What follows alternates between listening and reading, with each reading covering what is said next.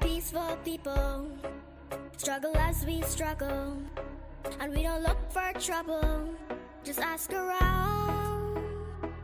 But when outside faces from foreign places talk about taking over, we ain't backing down. We ain't giving up no mountains, we ain't giving up no tree, we ain't giving up no river that belongs to we.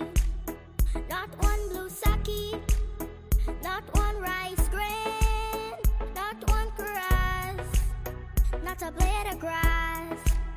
This land is all I know. We're gonna make it somehow. We will bend like a bow, but never break. Our fathers came here, and they lived and died here, and we ain't moving nowhere, make no mistake. We ain't giving up no mountains, we ain't giving up no tree, we ain't giving up no river that belongs to we. Not one 𝒊𝒏𝒂𝒊𝒏𝒂𝒊𝒑, not one rice grain, not one 𝒄𝒑𝒚𝒓𝒊𝒂𝒊𝒏𝒂𝒊𝒑, not a blade of grass. We love the open county of the Rupununi and the Essequibo, daytime or night. Though we may criticize it, this is our home, we love it, and we need to keep it. We have that right. We ain't giving up no mountains, we ain't giving up no tree, we ain't giving up no river that belongs to we. Not one 𝒊𝒏𝒂𝒊𝒏𝒂𝒊𝒑, not one rice grain, not one 𝒄𝒑𝒚𝒓𝒊𝒂𝒊𝒏𝒂𝒊𝒑, not a blade of grass. We ain't giving up no mountains, we ain't giving up no tree, we ain't giving up no river that belongs to we. Not one 𝒊𝒏𝒂𝒊𝒏𝒂𝒊𝒑, not one rice grain, not one 𝒄𝒑𝒚𝒓𝒊𝒂𝒊𝒏𝒂𝒊𝒑, not a blade of grass. We ain't giving up no mountains, we ain't giving up no tree, we ain't giving up no river that belongs to we. Not one 𝒊𝒏𝒂𝒊𝒏𝒂𝒊𝒑, not one rice grain, not one 𝒄𝒑𝒚𝒓𝒊𝒂𝒊𝒏𝒂𝒊𝒑, not a blade of grass.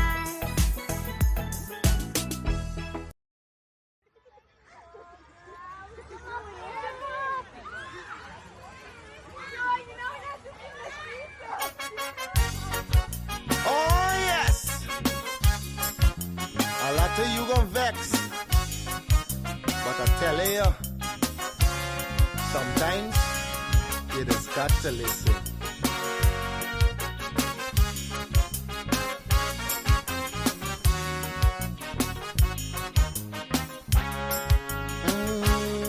There's a child in every home and every community. They will grow up to be symbols of unity. They'll be colorblind to race and ethnicity. That's the vision of a leader like President Irfan Ali. I'm talking about the one Guyana where our people can live in peace, where every race trusts each other, where racial prejudice no longer exists. Our children will have one Guyana to grow up in a land united and free with equality and blessed with prosperity. For too long we've been fighting one another. It's race against race, but in the end the country suffer. Oh, we were born here, not in India nor Africa. But if we can't get along, the foreigners gon' eat we suffer. We must put an end to racism. Let it end now with this generation. Together we'll develop this nation. Make Guyana the gem of the Caribbean. Don't listen to them wicked politicians who will divide us to win an election. Believe it or not, Guyanese no smarter than that. Yeah. Told you. It's your boy Padmore. Unity is the key. We are all one and we should be treated as one.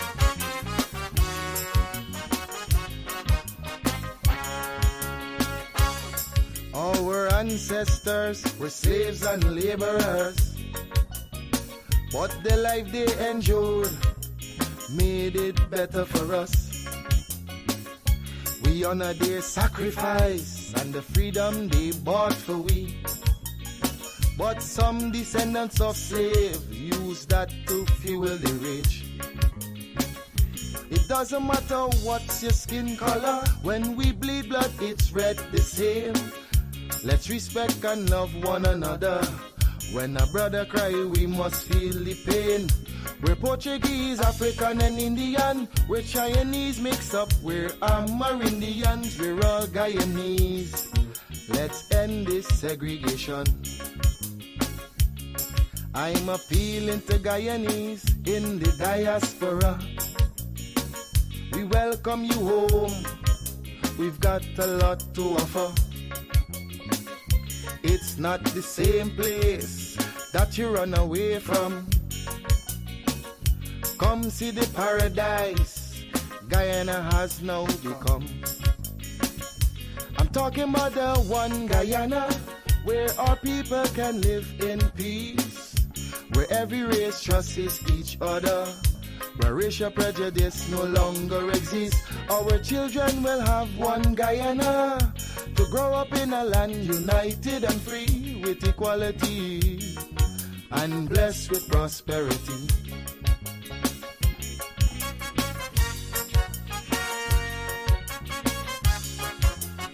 It's a message I just want you to understand. Stop and think for a minute. Really think for a minute. If we can't fix the present, then we should work on the future.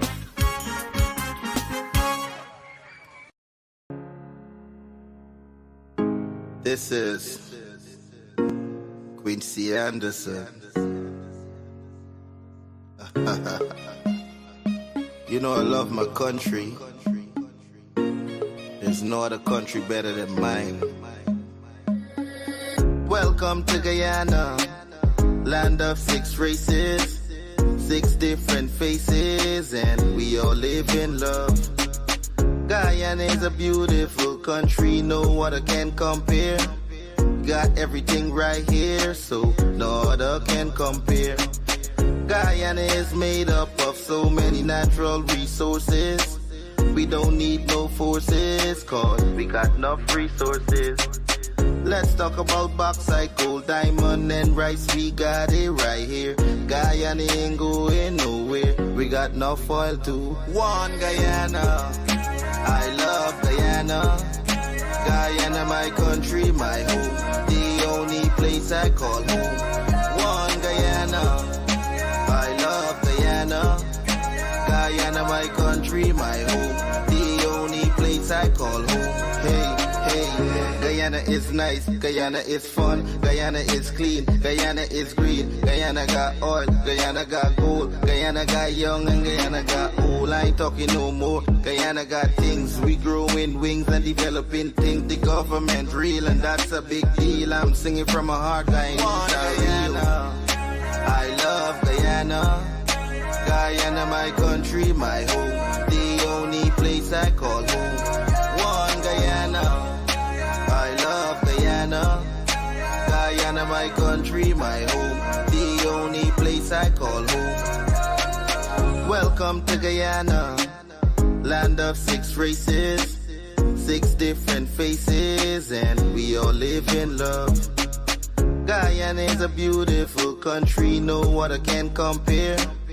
Got everything right here, so no other can compare. Guyana is made up of so many natural resources. We don't need no forces, cause we got enough resources. Let's talk about bauxite, gold, diamond, and rice. We got it right here. Guyana ain't going nowhere. We got enough oil too. One Guyana, I love Guyana. Guyana, my country, my home, the only place I call home. One Guyana, I love Guyana. Guyana, my country, my home, the only place I. This is Quincy Anderson. You know I love my country. There's no other country better than mine. Welcome to Guyana, land of 6 races, 6 different faces, and we all live in love. Guyana is a beautiful country, no other can compare. Got everything right here, so no other can compare. Guyana is made up of so many natural resources. We don't need no forces, cause we got enough resources. Let's talk about bauxite, gold, diamond, and rice. We got it right here. Guyana ain't going nowhere. We got enough oil too. One Guyana, I love Guyana. Guyana, my country, my home, the only place I call home. One Guyana, I love Guyana. Guyana, my country, my home, the only place I call home. Hey, hey, Guyana is nice, Guyana is fun, Guyana is clean, Guyana is green, Guyana got oil, Guyana got gold, Guyana got young and Guyana got old. I ain't talking no more. Guyana got things, we growing wings and developing things. The government real and that's a big deal. I'm singing from my heart, Guyana, I love Guyana. Guyana, my country, my home, the only place I call home. One Guyana, I love Guyana. Guyana, my country, my home, the only place I call home. Welcome to Guyana, land of 6 races, 6 different faces, and we all live in love. Guyana is a beautiful country, no other can compare. Got everything right here, so no other can compare. Guyana is made up of so many natural resources. We don't need no forces, cause we got enough resources. Let's talk about bauxite, gold, diamond, and rice. We got it right here. Guyana ain't going nowhere. We got enough oil too. One Guyana, I love Guyana. Guyana, my country, my home, the only place I call home. One Guyana, I love Guyana. Guyana, my country, my home, the only place I. This is Quincy Anderson. You know I love my country. There's no other country better than mine. Welcome to Guyana, land of 6 races, 6 different faces, and we all live in love. Guyana is a beautiful country, no other can compare. Got everything right here, so no other can compare. Guyana is made up of so many natural resources. We don't need no forces, cause we got enough resources. Let's talk about bauxite, gold, diamond, and rice. We got it right here. Guyana ain't going nowhere. We got enough oil too. One Guyana, I love Guyana. Guyana, my country, my home, the only place I call home. One Guyana, I love Guyana. Guyana, my country, my home, the only place I call home. Hey, hey, Guyana is nice, Guyana is fun, Guyana is clean, Guyana is green, Guyana got oil, Guyana got gold, Guyana got young and Guyana got old. I ain't talking no more. Guyana got things, we growing wings and developing things. The government real and that's a big deal. I'm singing from my heart, Guyana, I love Guyana. Guyana, my country, my home, the only place I call home. One Guyana, I love Guyana. Guyana, my country, my home, the only place I call home. Welcome to Guyana, land of 6 races, 6 different faces, and we all live in love. Guyana is a beautiful country, no other can compare. Got everything right here, so no other can compare. Guyana is made up of so many natural resources. We don't need no forces, cause we got enough resources. Let's talk about bauxite, gold, diamond, and rice. We got it right here. Guyana ain't going nowhere. We got enough oil to one Guyana. I love Guyana. Guyana, my country, my home. The only place I call home.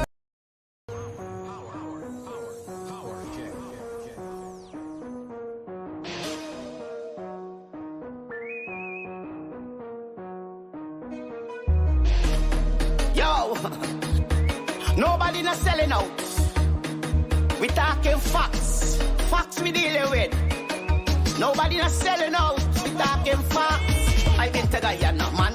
I have to go back. The way out the country looking, man, they left me shocked. Who's ever in charge? Them put we on the map. The men them look healthy. The girls them look hot. I went to a meeting. I don't know if chicken curry. Them Guyanese eating, man. The government working. The government working. The government working. The government working. The government working. The government working. The government working. The government working. The government working. The government working.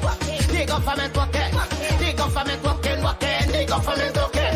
This one's for them haters. For them haters who attacking Guyana.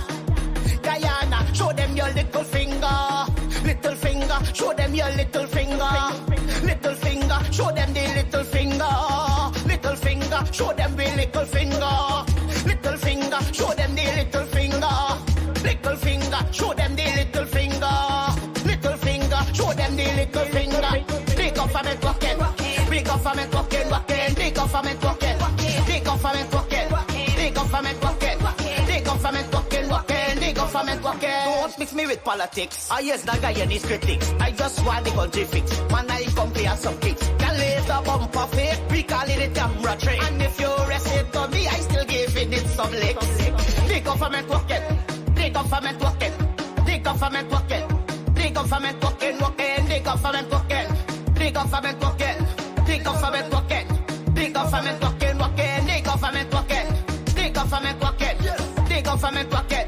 The government working. The government. This is for the hater. For the hater. This is for the hater. We're running down Guyana. For the hater. For the hater. Show them little finger. Show them your little finger. Little finger. Show them your little finger. Little finger. Show them your little finger. Government working. The government working. The government working.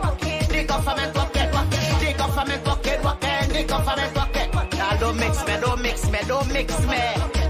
The government working. I don't do politics. Just get jacket, right? Get jacket. Walking. Walking. They're walking.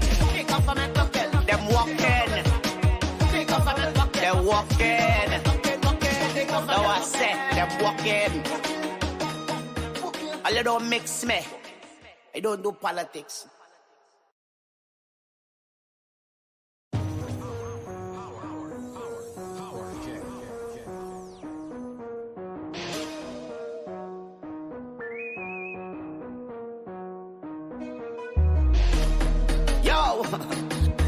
Nobody not selling out. We talking facts. Facts we dealing with. Nobody not selling out. We talking facts. I been to Guyana, man.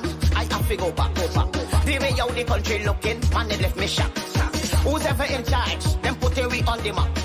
The men them look healthy. The girls them look hot. I went to a meeting. I don't know if chicken curry. Them Guyanese eating, man. The government working. The government working. The government working. The government working. The government working. The government working. The government working. The government working. The government working. The government working. The government working. The government working. The government working. This one's for them haters. For them haters who attacking Guyana. Guyana, show them your little finger. Little finger, show them your little finger. Little finger, show them the little finger. Little finger, show them the little finger. Little finger, show them the little finger. Little finger, show them the little finger. Little finger, show them the little finger. The government working, the government working, working. The government working, the government working, the government working, the government working, working. The government working. Don't mix me with politics. I use Nagamootoo's critics. I just want the country fixed. Man, I come here some kicks. Can leave the bumper fake. We call it a camera trick. And if you rest it to me, I still give it some licks. The government working. The government working. The government working. The government working, working. The government working. The government working. The government working. The government working, working. The government working. The government working.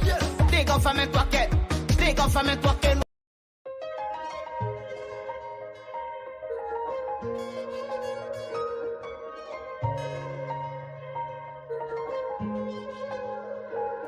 We are a peaceful people.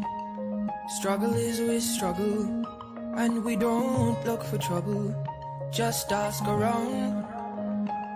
But when outside faces from foreign places talk about taking over, we ain't backing down. We ain't giving up no mountains. We ain't giving up no tree. We ain't giving up no river that belongs to we. Not one blue sake, not one rice grain, not one caress, not a blade of grass. This land is all I know. We gonna make it somehow. We will bend like a bow and never break. Our fathers came here and they lived and died here, and we ain't moving nowhere. Make no mistake, 'cause we ain't giving up no mountain. We ain't giving up no tree. We ain't giving up no river that belongs to we. Not one blue sake, not one rice grain, not one caress, not a blade of grass. We love the open country of the Rupununi and the 𝒐𝒊𝒔𝒄𝒍𝒂𝒊𝒎, the time when though we may criticize it, this is our own, we love it, and we need to keep it. We have that right. So we ain't giving up no mountain. We ain't giving up. We ain't giving up no. We ain't giving up. We ain't giving up no river. I'm late for the press conference because I want to hear what goes on at the APNU's press conference. So I was told that Nagamootoo wants to sue me because I said he actively participated in the rigging of the 2020 elections, a position that I still hold now strongly, and I will repeat today. So I hope he would actually sue me, not just threaten to sue me, but he does sue me for saying that he was actively involved in the rigging of the last elections. But I started reading some of the things that he said, and the material is so overwhelming in the public domain to show the role he played, the active role he played in the attempt to rig the elections, that I can't even complete the material. So I have a ton of stuff from him, and a lot of this is very incriminating. That you recall this My Turn? He used to write a column for the PNC in the Chronicle called My Turn. And if anyone had the opportunity to, and I hope that people will do so today, that they will read the articles that he wrote in My Turn in the period after the March elections of 2020. you will see some of the headlines. I have so many that I couldn't even go through. Only valid votes matter. A very My turn, strange and sad saga, the Granger presidency. My turn, bungled ballot boxes.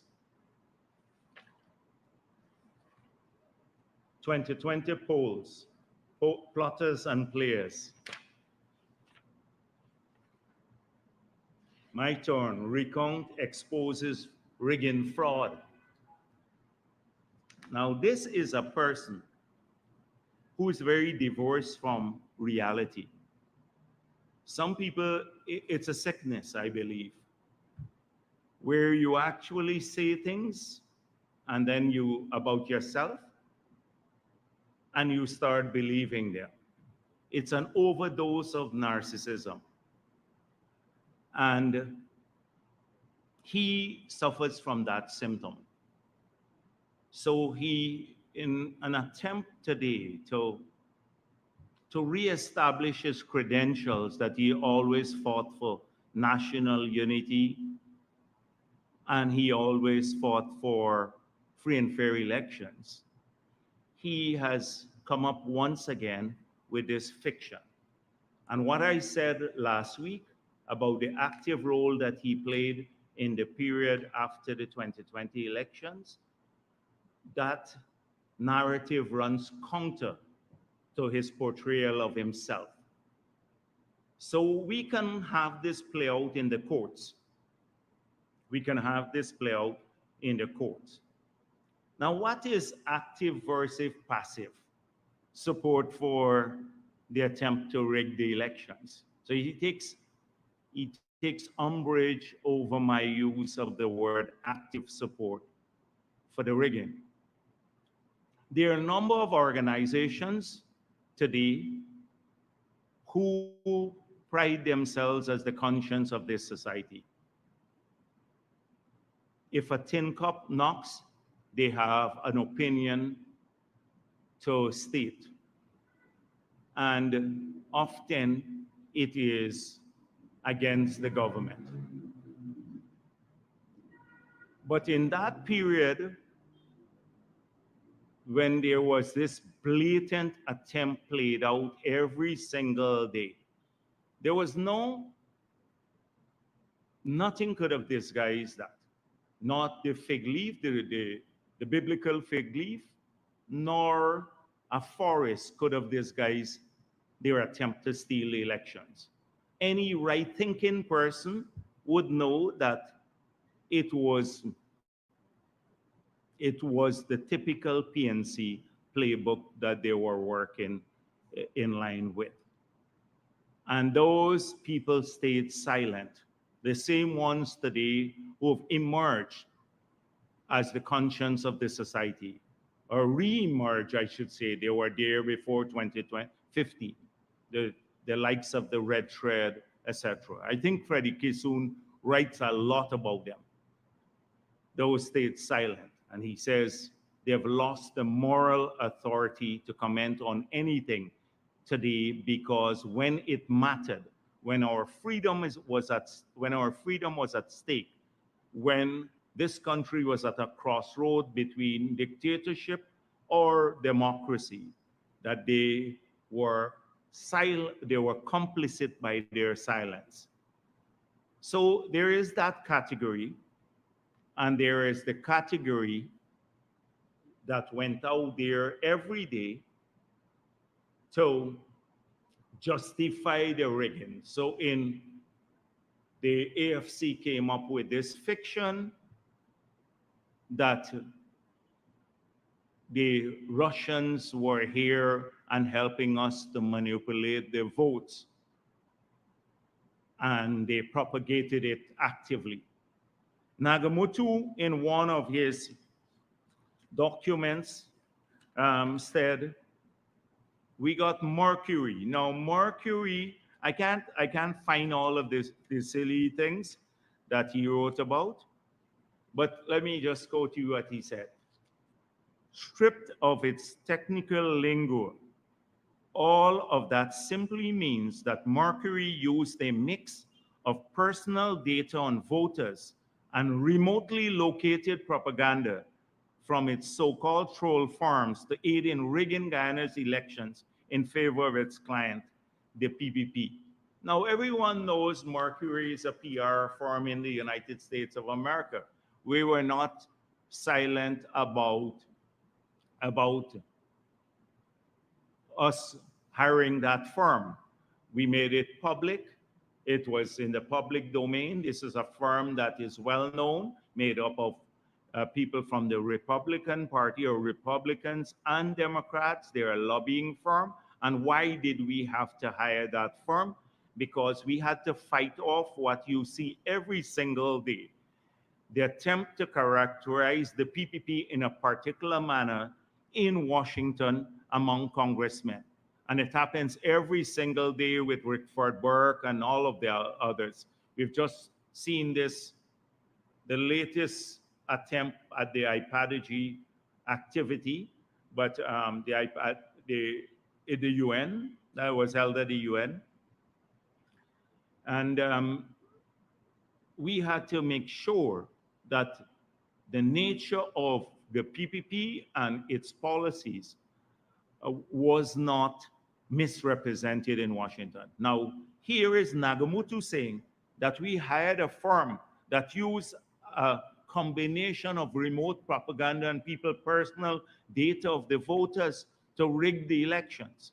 And this was written after June 21st, 2020, after the elections. And he claims he never played no active role in attempting to rig.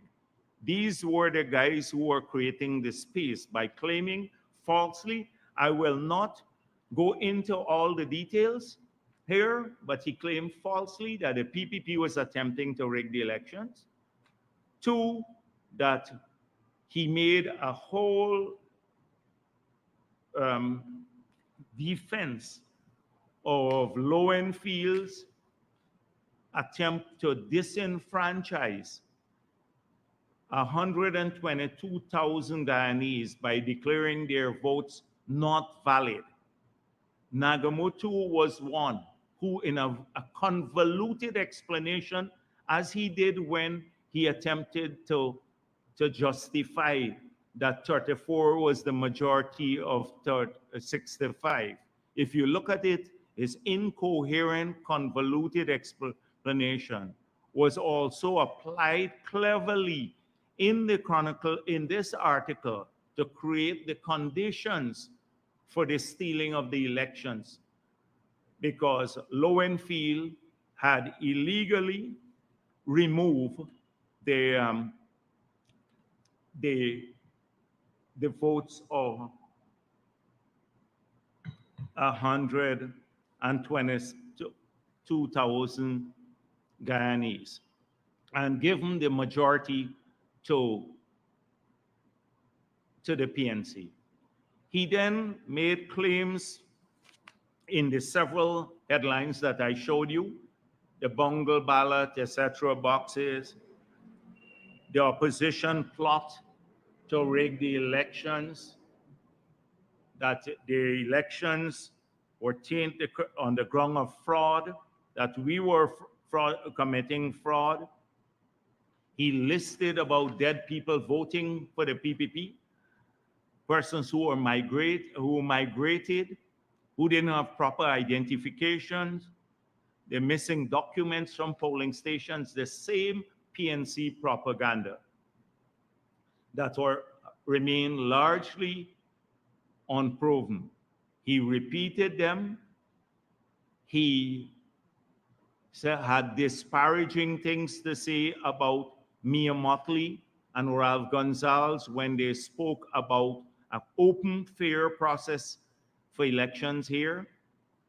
So we have a body of evidence to show he was actively part of the plot to rig the elections.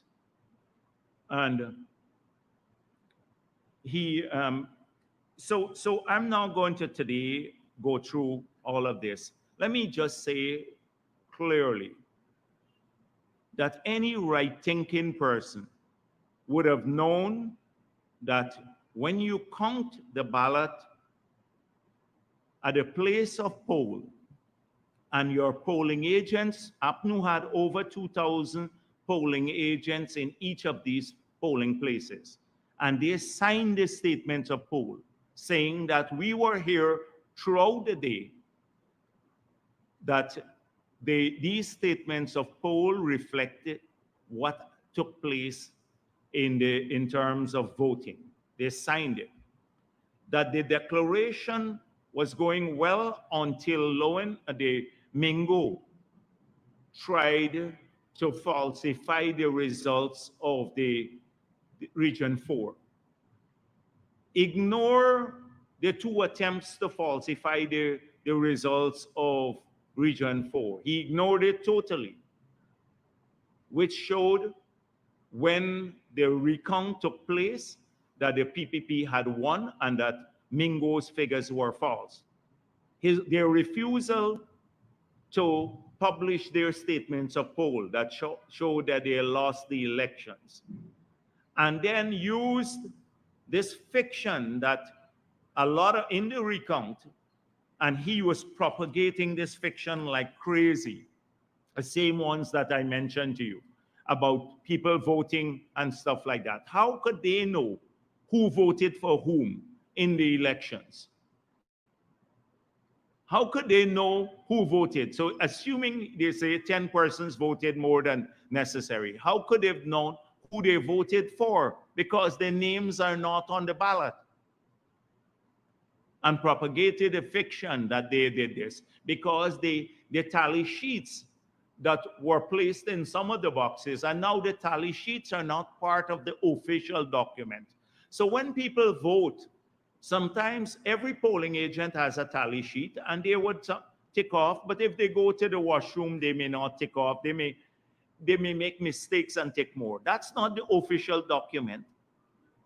So they were using this tally sheet because they couldn't use the core documents, etc. But they had no way of knowing how people voted. And they came up with this fiction of people who were abroad voting. You remember when they said that? We found 20-something of the names that they had put on the list. Immediately, we found the people. He knew that, but he defended it and created this fiction in his articles. Was that not actively trying to rig the elections? He was very, very much part of the plot to rig the elections, steal the elections. But it was his defense of Lowenfield stealing the people's votes that took the prize. So this is what the CCJ said. And clearly he knew this.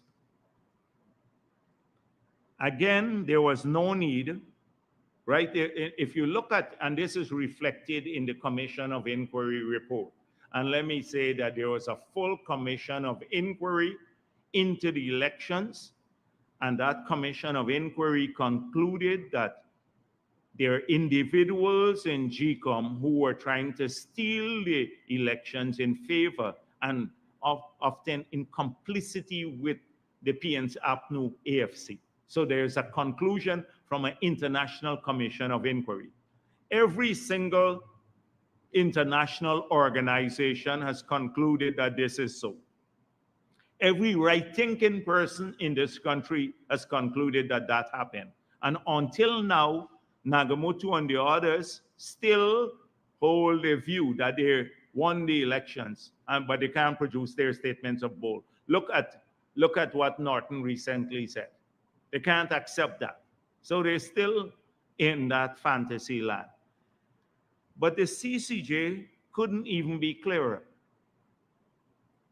The CCJ said, at the point in the electoral process where Article 177 2B is reached, there is no further need to reference valid votes because subject to Article 163, which is triggered by election petition after the election, The relevant validation process has already been completed. It is therefore unnecessary for the Court of Appeal majority to qualify votes in Article 177(2)(b) by inserting before it the adjective valid, and in any event, they were wrong to do so. This is the CCJ saying that the attempt to insert an adjective before the word vote that is not only unconstitutional, but not valid. Article 177(2)(b) rightly only needed to reference more votes, and there is no basis for the Court of Appeal to assume jurisdiction to interpret that provision. It is clear that under the legal infrastructure governing electoral process, unless and until an election court decides otherwise, the votes already counted as valid votes are incapable of being declared invalid or by any person or authority. And by the unnecessary insertion of the word valid, the Court of Appeal impliedly invited the CEO to engage unilaterally in a further and unlawful validation exercise unknown to and in clear tension with the existing constitutionally anchored electoral laws. I can go on. This is the CCJ wiping the floor with the Court of Appeal decision and with the CEO's attempt to make invalid votes that were already counted and part of the recount. And even after this, after the Court of Appeal gave clear instruction, now the CCJ gave clear instructions. What happened? Lowenfield came back, and instead of using the recount figures, he then went back to use Mingo's declaration to declare the results and submitted that report to the commission. He went back to the fraudulent results. And this was what Nagamootoo was defending when he talked about the valid votes. The same Nagamootoo shamelessly, the night of the no confidence motion, he accepted that the government had been toppled and that the constitutional provisions required elections within 3 months. And then he squatted, I said he squatted for 5 months in the house of the Prime Minister, enjoying the perks of the Prime Minister after the election, because he knew that even if the APNU had won, he still wouldn't have been Prime Minister. So he should have vacated the premises earlier. But he actually squatted there for more than 1.5 years. And I was doing some quick calculations about how much we spend and if you have an imputed value for the rental of the property. We should recover from Nagamootoo for squatting illegally in that property maybe about $50 million and enjoying the perks of the Prime Minister long after he was eligible to do so. But he then, in one of these articles, he found that it was a plot. It was a plot of the PPP, and that the courts in Guyana and the constitution that they upheld allowed them a plot to remove them early in their term. The courts and the constitution allowed them to stay the full 5 years. And when you talk about needing medical attention for narcissism, this is what you should look at and divorce from reality. I hope someone looks at these things. I never read them. A waste of time. I know Nagamootoo. So I'm just, because he said he wants to sue me, I'm just going back now to read a bit about what happened in the past and what he actually said. And as I said before, you wanna throw up from it when you read this sort of thing. He says the Constitution and the courts allow them to serve out the full 5 years. It's not that. It's their fiction, their refusal to go to elections after he had admitted that the government had fallen, but using this fiction that 34 is the majority of 65, and defending it. It was their deceit, it was their low liveliness, if there is something called that, low life. This is typical low life behavior in Nagamootoo, low life behavior, and it's not behavior that is in the domain of Catiyus alone. Seems to be something characteristic of a lot of the AFC leaders.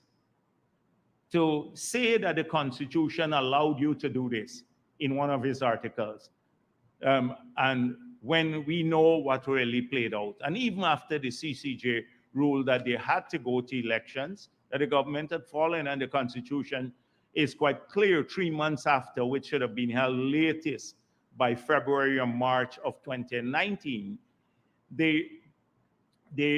he persists with making this up. So I noticed in the whole story, towards the end, as they were getting closer to the results and he saw the writing on the wall, he came up with another fiction that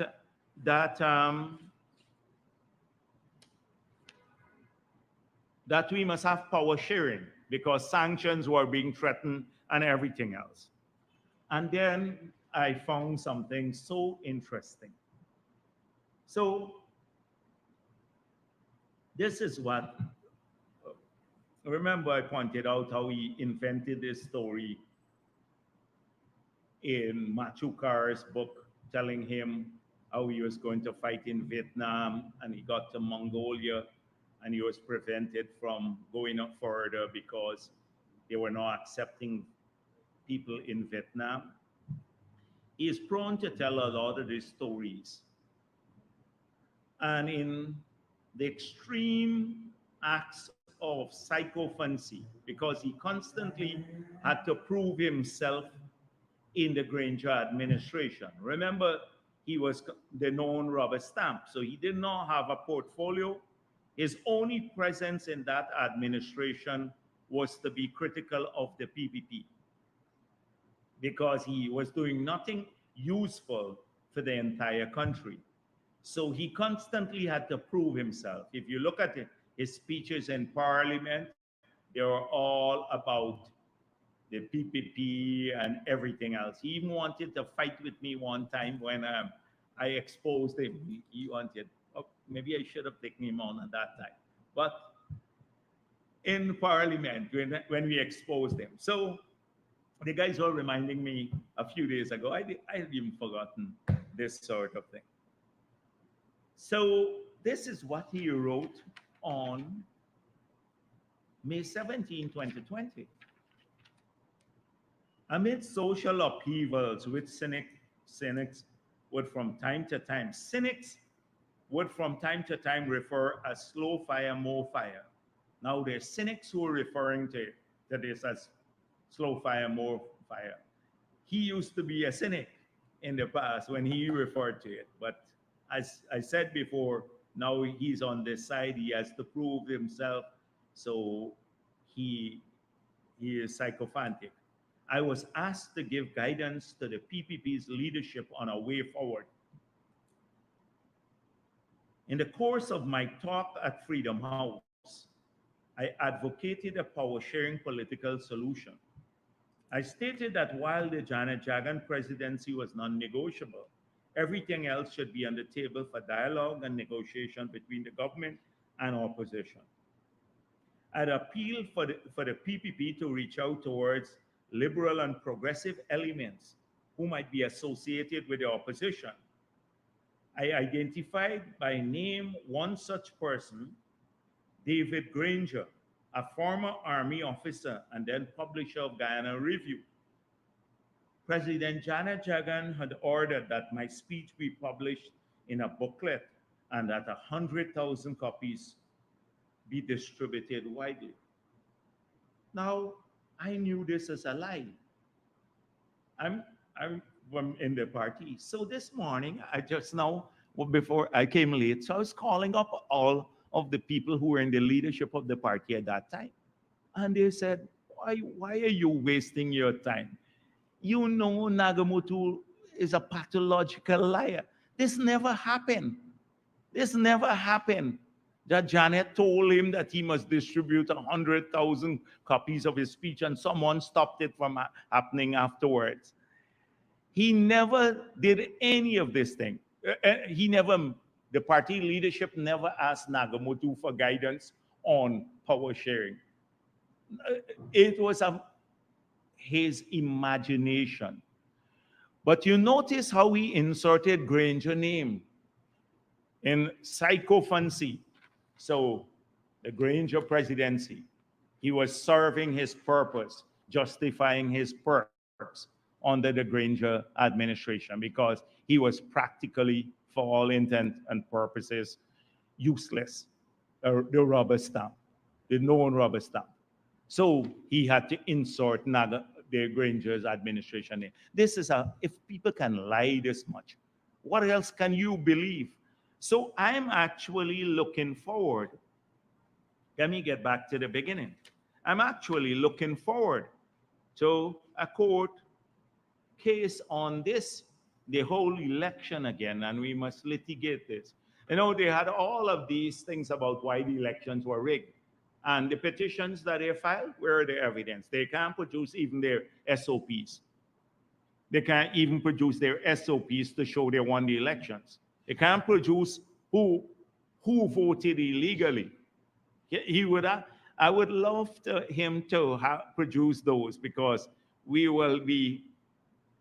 I love to file an affidavit. I want him to go down in history because he's trying to redeem his place in history after his bout of opportunism, becoming a cheerleader for the destruction of the sugar industry, etc. I want his rightful place, which is a place reserved for opportunists in our history, for him to occupy that space and to expose that his unprincipled behavior.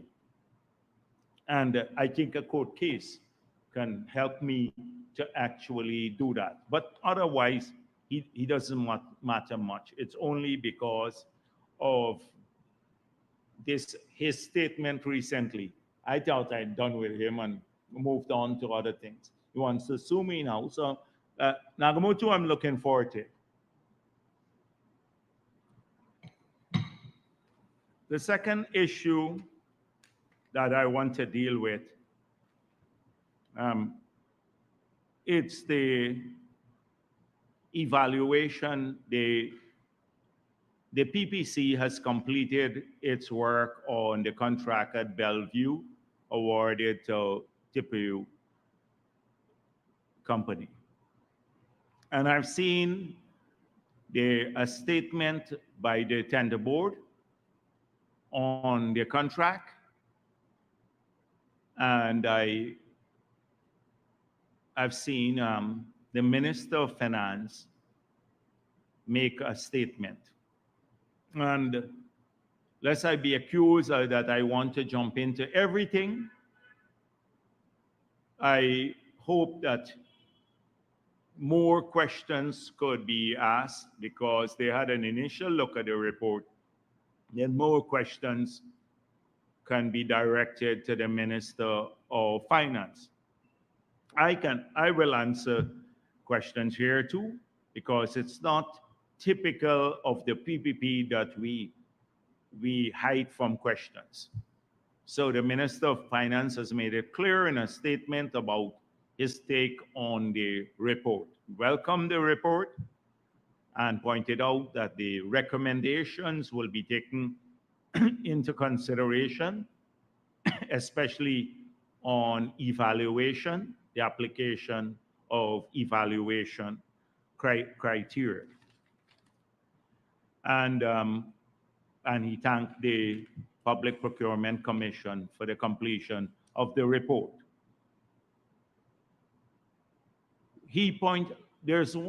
So here are some lessons that I want to have established from this report, and to show how our approach is very different than approaches by the APNU AFC. So one thing is clear that out of this entire process is that there was a public tender for all of the 19 pump stations that were being built across the country, including the one under review by the PPC. So public tenders. That an evaluation committee consistent with the Procurement Act was established. The evaluation committee was established. It was a multi-agency evaluation committee.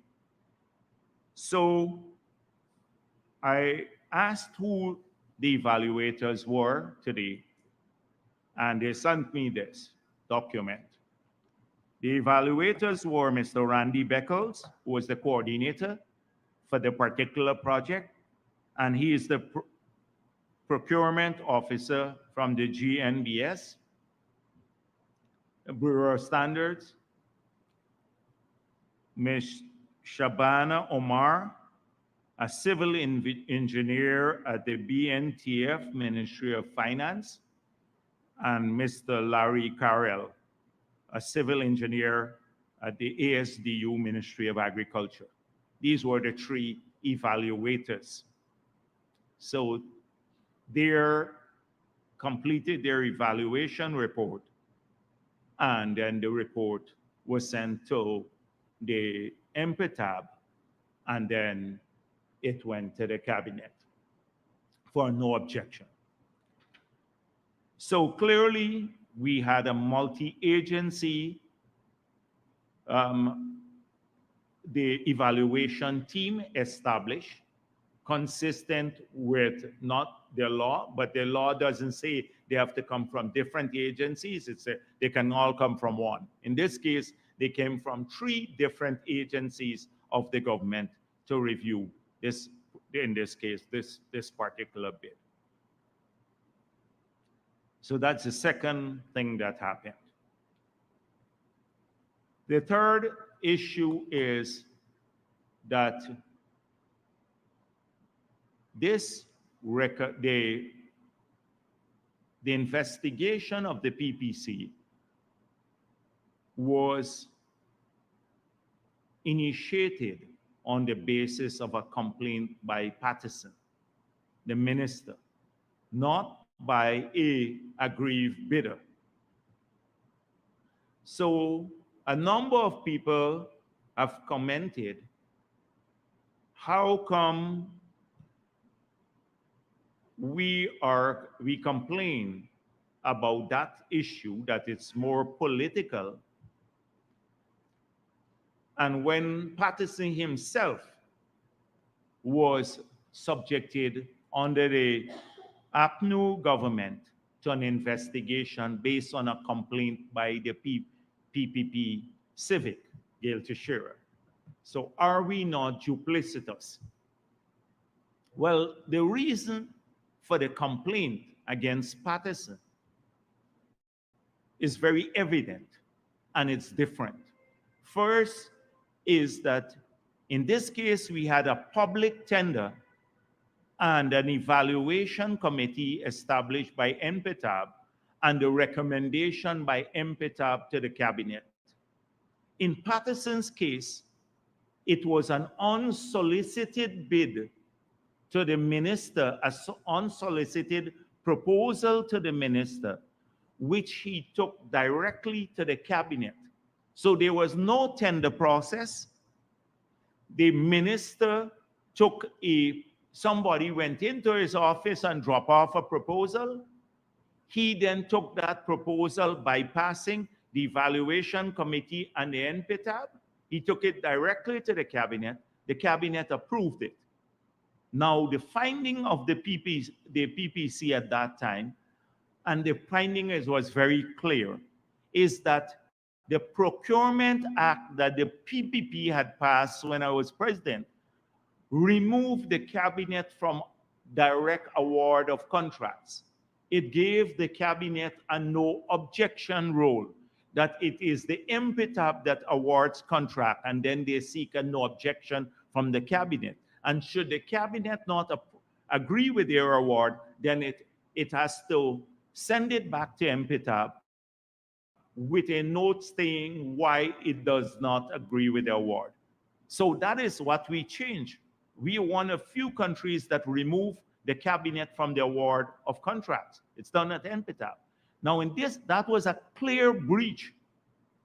Nobody else could have complained. An aggrieved contractor couldn't complain because there was no tender process to have an agreed contractor.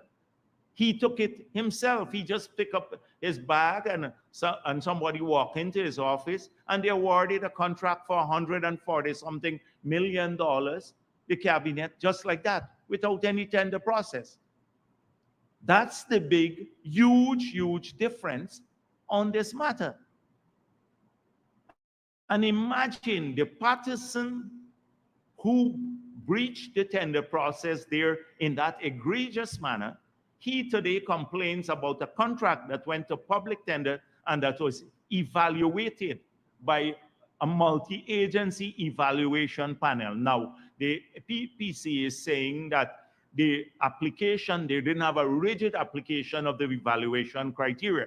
But as the Minister of Finance explained, that you have to have new contractors. If you look at how many people, we're building 19 pumping stations now.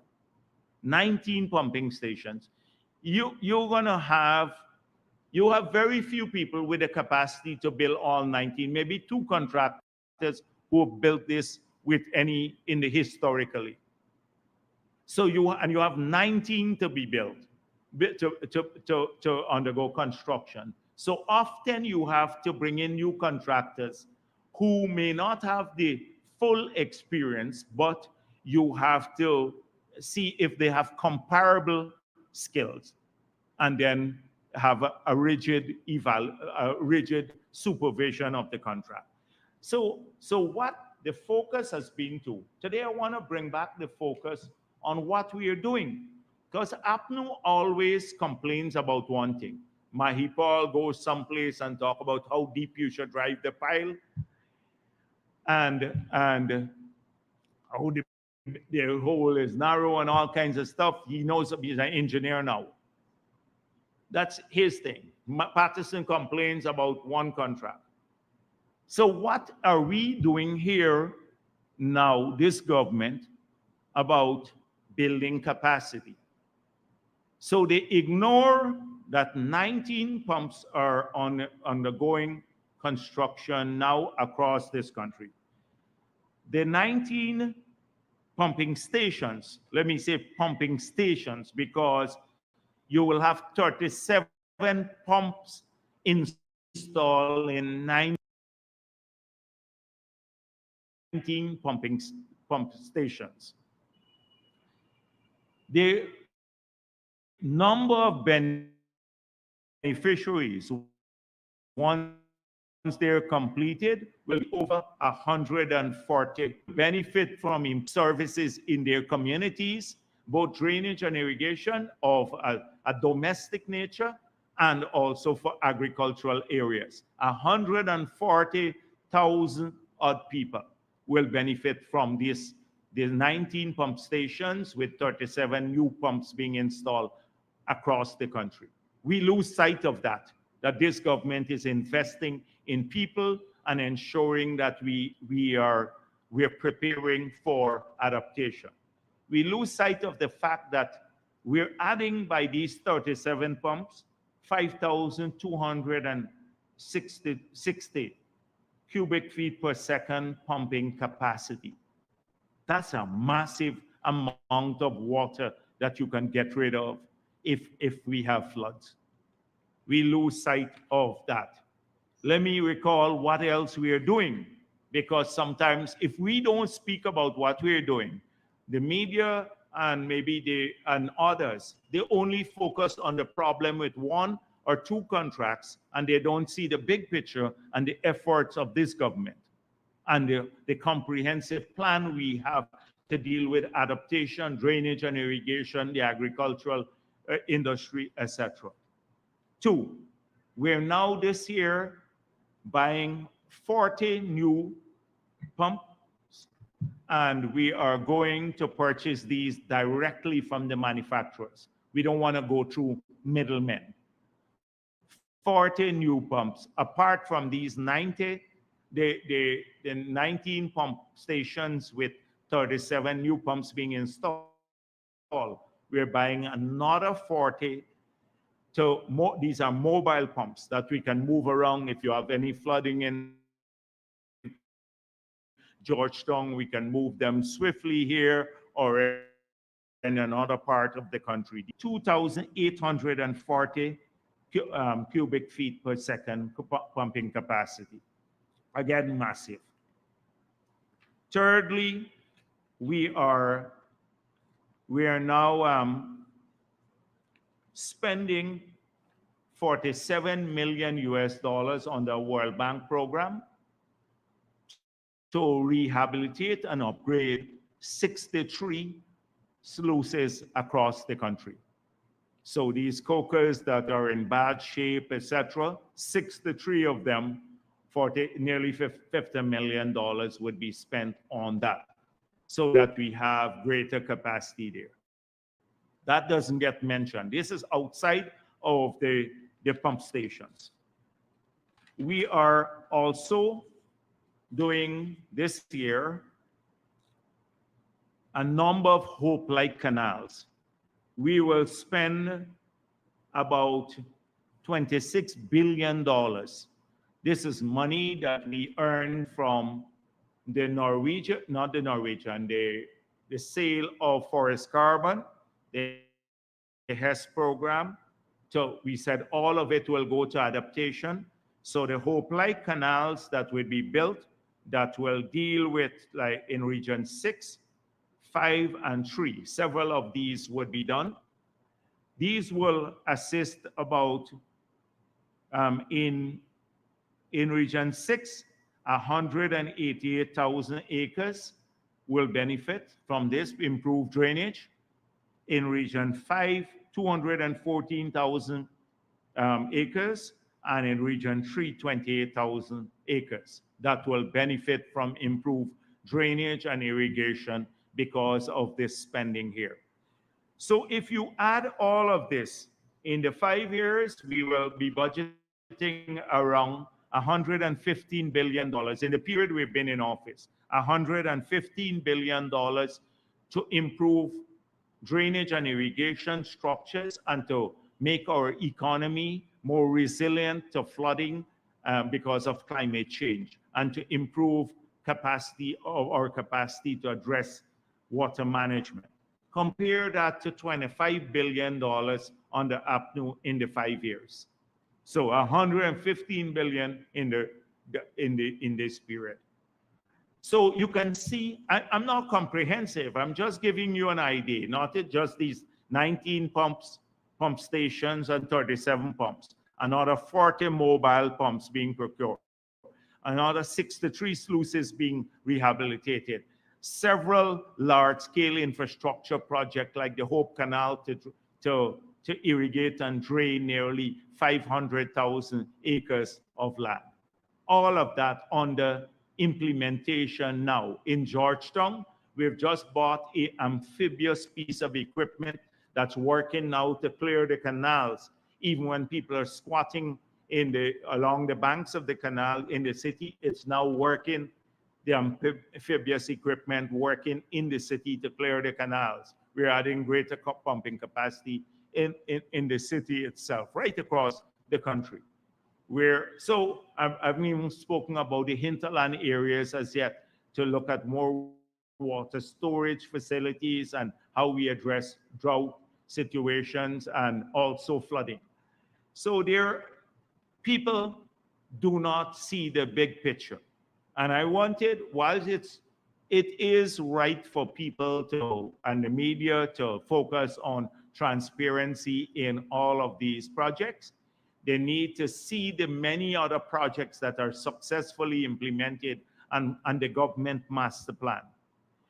And then to see the difference between us and APNU. So I just pointed out how it's different. They were not tendering for anything in that past. So I just wanted in my reading, because again, like when I started reading about Nagamootoo, I found a treasure trove of nonsense that they had spoken about in the past. So I want to give you a little experience about APNU and how they approach these issues. This was what the PPC report said about Patterson breach procurement laws in 148 million contract award. This is the PPC report.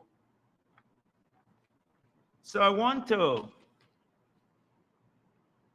take you off, and you might think it's a tangent we're going on, but just to point out some additional headlines. Chronicle, AFC leads opposition in slashing 1.2 billion from budget for specialty hospital. This was April 18, 2013.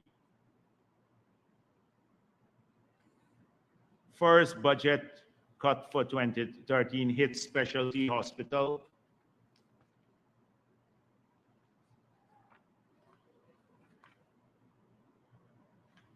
Etc. Let me give you, I have a ton of it. So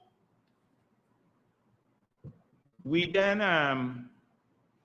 the story behind the specialty hospital was when we identified the area next to Movie Town to put the specialty hospital. The first comment from the opposition was, we're building a hospital for special people. It was a specialty hospital. It was like a hospital that specialized in certain tertiary care, not for special person. So that was the first comment, the specialty hospital. The second comment was, it's corrupt. So Ramjatan was hired by a company called Lloyd to complain, an Indian company, to say that the company that won the bid, they're not an Indian company, and this was financed from a loan from the Indian government, that company, there was a fraudulent transaction in the evaluation, and that the company that he represented, named Lloyd, should have gotten the contract. So Ramjatan, who was also AFC member, we believe there was a conflict of interest. So he was the lawyer for the company, and then he was in parliament trying to block the project by slashing the funding, etc. So the Starbuck News, I think it was an interesting, I'm not sure which news here, maybe Starbuck or Kaicho, did a interview with Ramjatan, and then they said, Ramjatan denies a personal interest in specialty hospital, and they questioned him about the same issue. How is it that you are representing this company now, and you're also fighting in parliament to slash the project, to kill the project? And he said, he gave a number of convoluted explanation. Oh, the company had offered a discount, his company, and it was not taken into consideration in the evaluation. The NPTA at that time said, we don't take discount into as a criteria in evaluating bids. But to cut the story short, he was questioned about his conflict of interest. So then,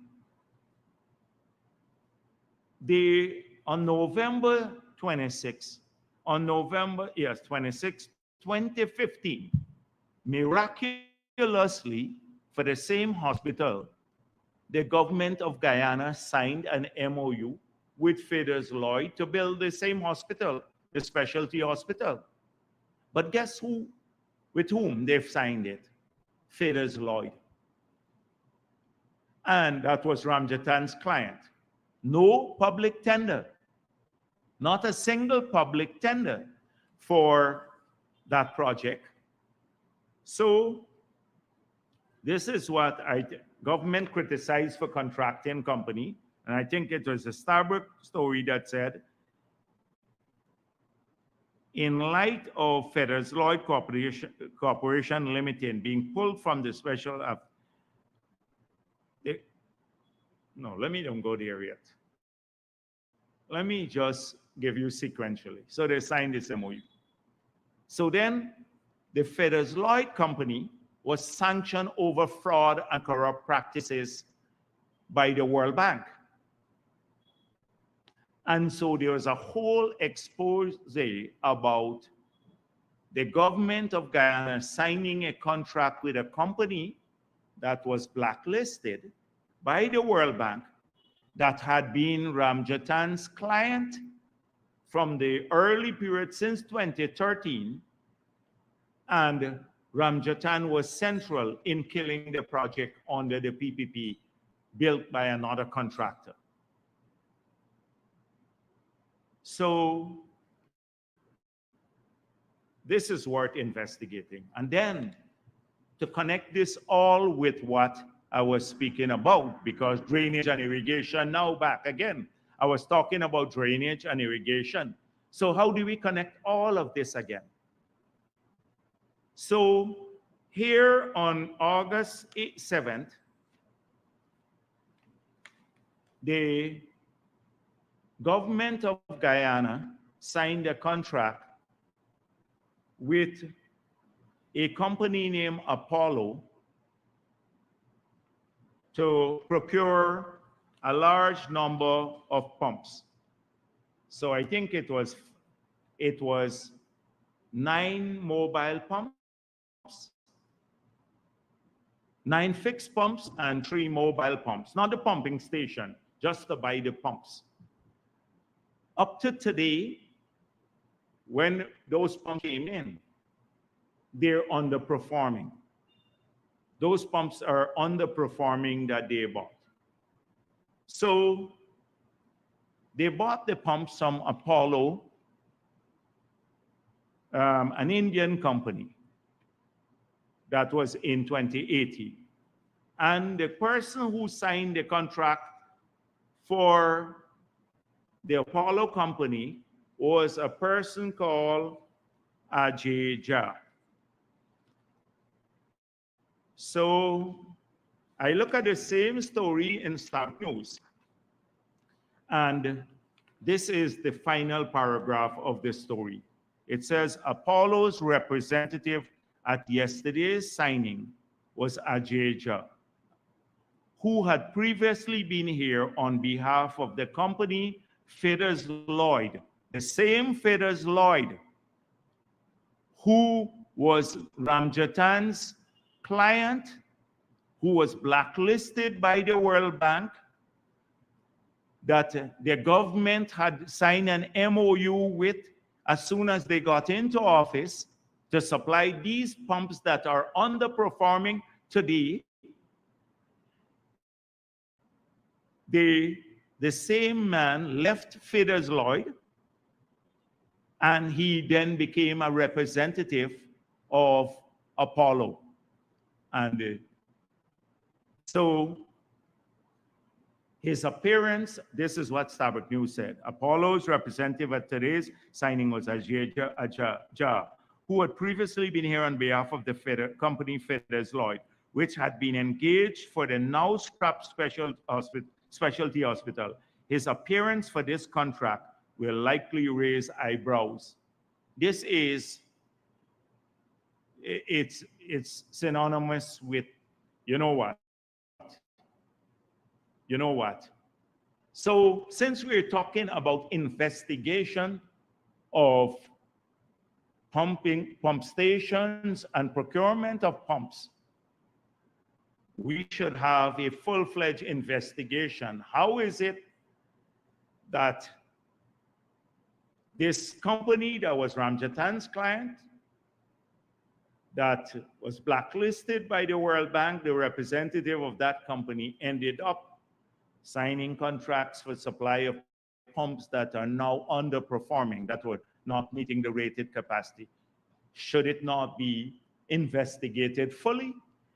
So when you really, we're so busy that sometimes we miss a lot of these things. Like you miss Ramjatan telling when the prison was burnt. A reporter, I think, had left their phone there or recorder, and they continued recording, and then they went back and collected it. So when the press conference, I think, was over in the prisons, Ramjatan was telling the prison authorities, so you all tell me what needs to rebuild, that we have some AFC persons who could rebuild the prisons, etc. And it was recorded. And I think we can find a copy of that recording. And it was really one person who had contributed a major sum of money. But these things never go reported. So today we're talking about procurement of pumps. We're talking about investigation into procurement practices. This largely went unnoticed. No eyebrow was raised then because Tabuk News was questioning whether eyebrows would be raised. Well, now let's raise some eyebrows and ask Ramjatan what role, and the APNU AFC government, what role they played in the procurement of these pumps, how the representative for Feders Lloyd ended up being the representative of Apollo now that got these contracts that was close to Ramjatan, that got these contracts that are for pumps that were supplied and underperforming today. It's worthy of full investigation. And APNU is one of the most venal, corrupt, or an AFC, corrupt set of organizations. They talk corruption all the time. They investigate it under us. These are the same people who refuse to submit for 3 years their Integrity Commission statement. And they talk the good corruption, talk about everyone, but they're very, very dirty when you probe. These are the same people who are awarding contracts for themselves in their own ministry. That's a story that's well known today. This is what's happening. Yes. So I hope that we explore this in greater detail. One thing that is clear, that the procurement process is working once again under the government, even when there are issues with corruption, that the records are there, where you can easily investigate, etc. And by the way, there are 2 places that people can go if they are aggrieved now. And the PPC should urge people, if they are aggrieved, first of all, the bidders are aggrieved, they must explore the grievance mechanism that we establish by law. The first is that they can file a complaint with the tender board within a period after the award of the contract. They're obligated to investigate and to give a response. If they fail, if they do so, it doesn't preclude the person who is aggrieved from going to the courts further. It doesn't preclude them, but at least they should utilize a mechanism that we put in place. And that brings me to the mechanism now, since Patterson and the others are using this mechanism. So most of the complaints, or a significant part of the complaints before the PPC now, are filed by the politicians. politicians, even when you have an open procurement process. Unlike when we filed against this politician, there was no open process for people to bid. So I'm pleased that this constitutional body is using or is working, and the opposition is using it fully. Although I don't believe that in cases that they can bog this body down with their usual gaffe about corruption. But why isn't the opposition using another constitutional body that's set up by the same constitution that even has more powers than the Public Procurement Commission, which is the Ethnic Relations Commission? The Ethnic Relations Commission is empowered to even sanction the executive and sanction political parties if they use race as a mobilizing tool, and can investigate cases where people feel aggrieved as if they are discriminated on the basis of race. And we set that up. We advocated for it. We created a constitutional body that very few countries have. Why don't they utilize that? The chief elections officer now had utilized it, and the PPC, the Ethnic Relations Commission, had investigated, and they had an adverse finding there. Several people have used it. So if you think that there's so many cases of discrimination, you can use this tool like how they're using another constitutional body. Why is it that they can't do that here? Because they don't have evidence of institutionalized racism in the government. In fact, they see us, if you look at it, you will see attempt to fight racism by this government and party, and that they're the only racist party, the PNC. So that is why they go to catch the unsuspecting people at the UN forum. They can go to the UN forum and make a statement without consequences, like the one we had in Geneva, and no more recently, the one in International Decade of People of African Descent. They go there and claim discrimination because it can't resonate here, but there is a mechanism that we set up that if people feel aggrieved, they can use the mechanism there. They would not use it, but they'll go there because it has propaganda value. They'll go to the Congress people and talk about it.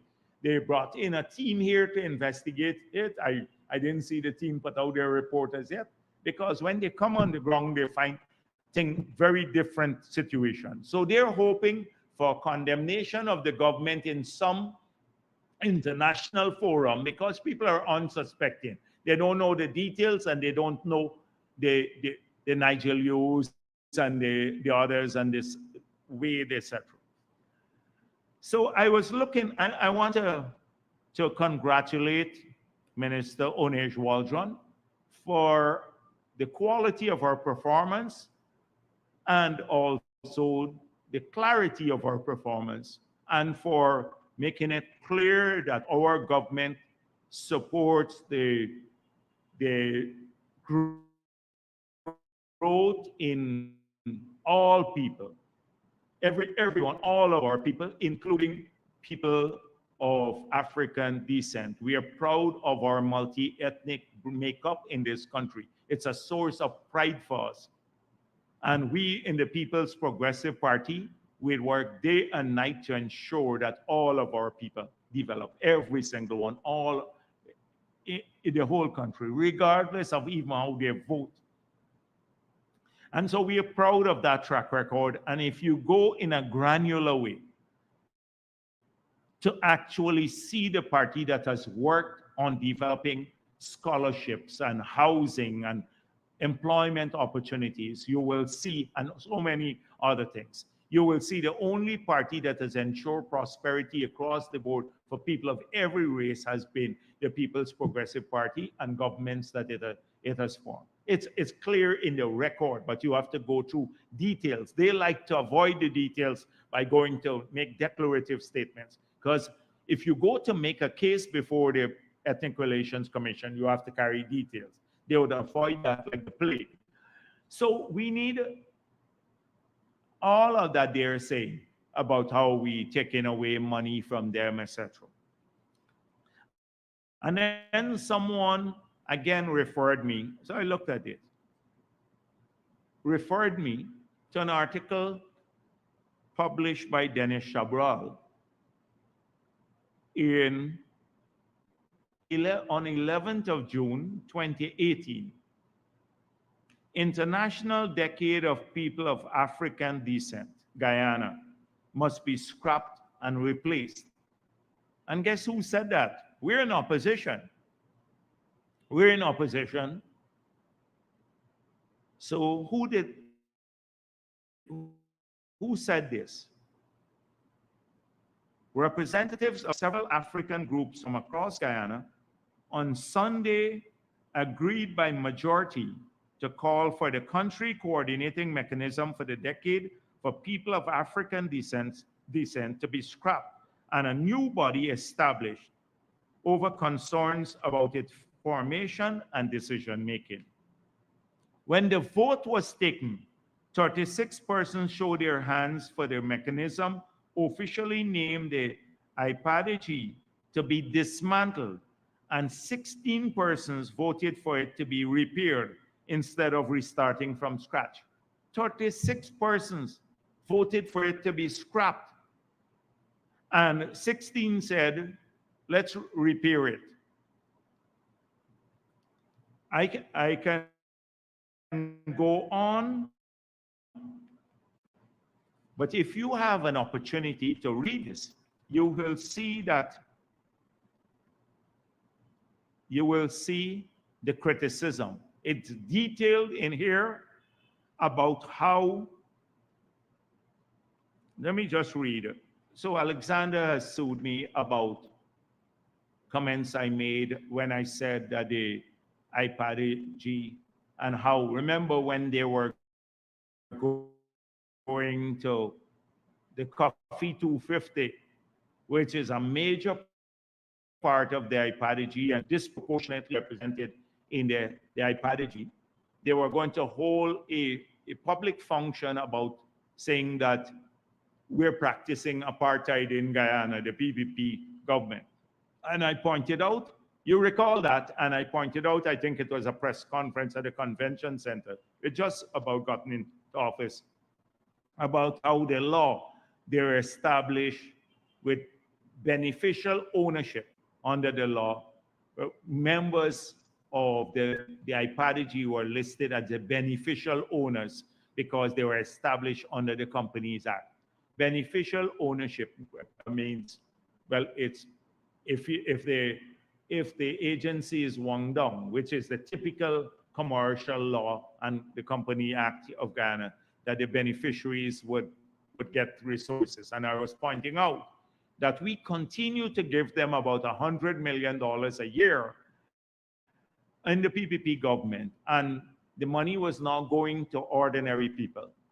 And therefore, that it was going to, it being spent on internally, and that was parasitic. And well, here, this article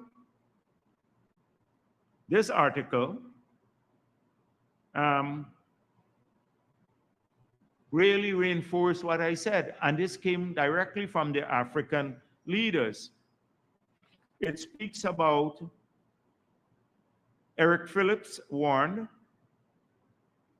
that the 𝒖𝒔𝒊𝒆𝒂 rental of office space at 121 Regent Street border from Charles Corbin would give political ammunition to opposition PPP to raise concerns about conflict of interest between Corbin and 𝒖𝒔𝒊𝒆𝒂's chairman, Vincent Alexander, because they are both commissioners of the Guyana Elections Commission.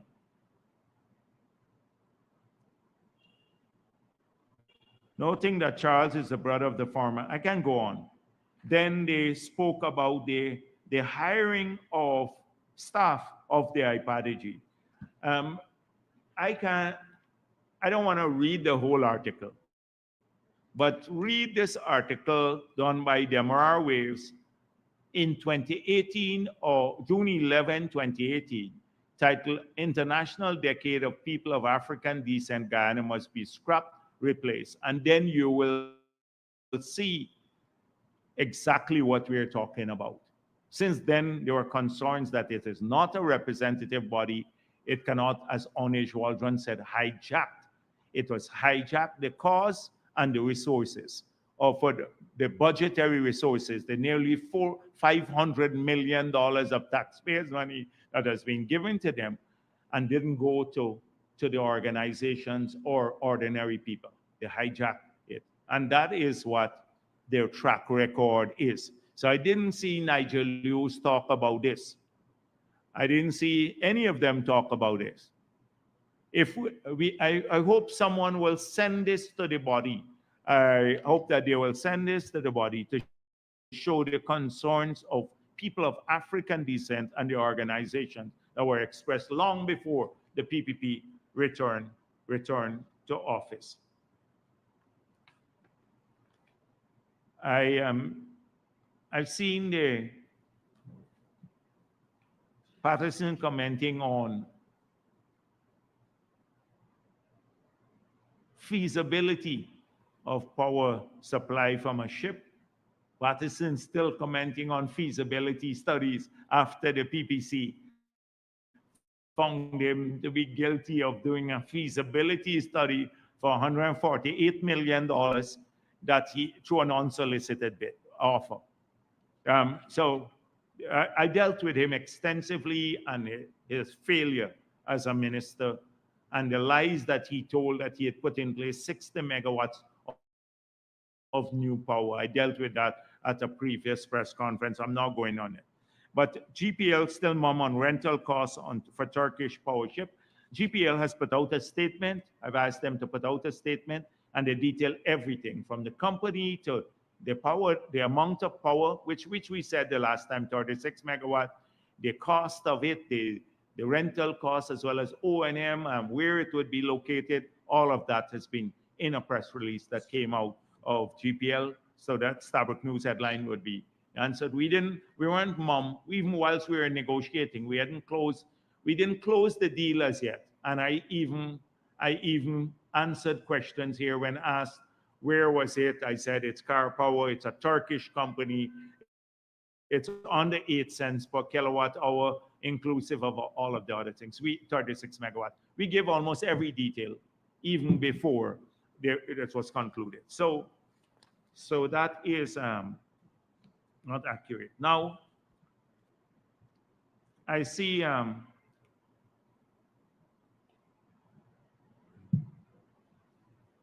the press conference by UPNU today, and it's becoming increasingly difficult to respond to them because who they have? Sherwin Holder.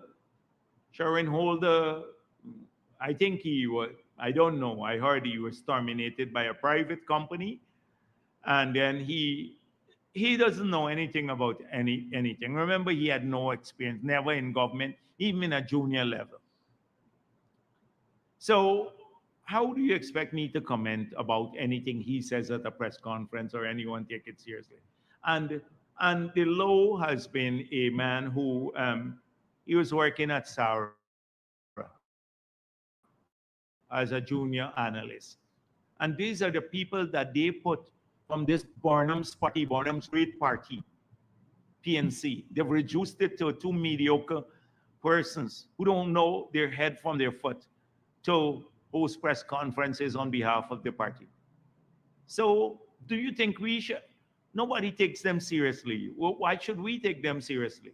So I'm not going to waste my time responding to them. If Norton says something, I might be tempted to do it because at least he's the leader of the opposition. Now, it's been interesting about the developments. I've been asked about the developments in the PNC and the missing CPU. Now, lots of things around election time go missing for the PNC. The statements of poll at the national level are still missing. We need to now, somebody got these statements of poll up to now that show they win the elections, but they're missing. I think they took flight into outer space and we need to hire a rocket to bring them back to Earth. So then the CPU went missing. Miraculously, the CPU that hosts their membership information. Now the CPU can't grow feet and walk out of the computer because it's a part of a computer, and walk out the computer on its own. So somebody has to take out that part. And you notice just before elections, the CPU with the membership information disappears suddenly. And it walked out the computer on its own. Oh, this thing went missing, and holder saying something else, and we don't know where this CPU is right now. So one member, they gave a best call for a forensic, I think he wants a forensic audit or something like that, an audit to check the CPU again. They're always good at calling for audits, but don't deal with the principle. This is typical of APNU. Typical.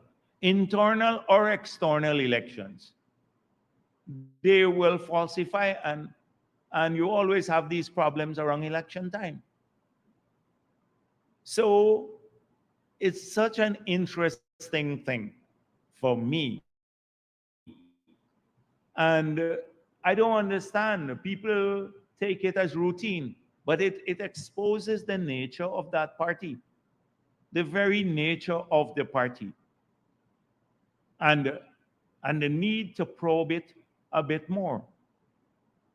Because if they can't deal with that issue or be clear on it, how could you trust them to do anything nationally?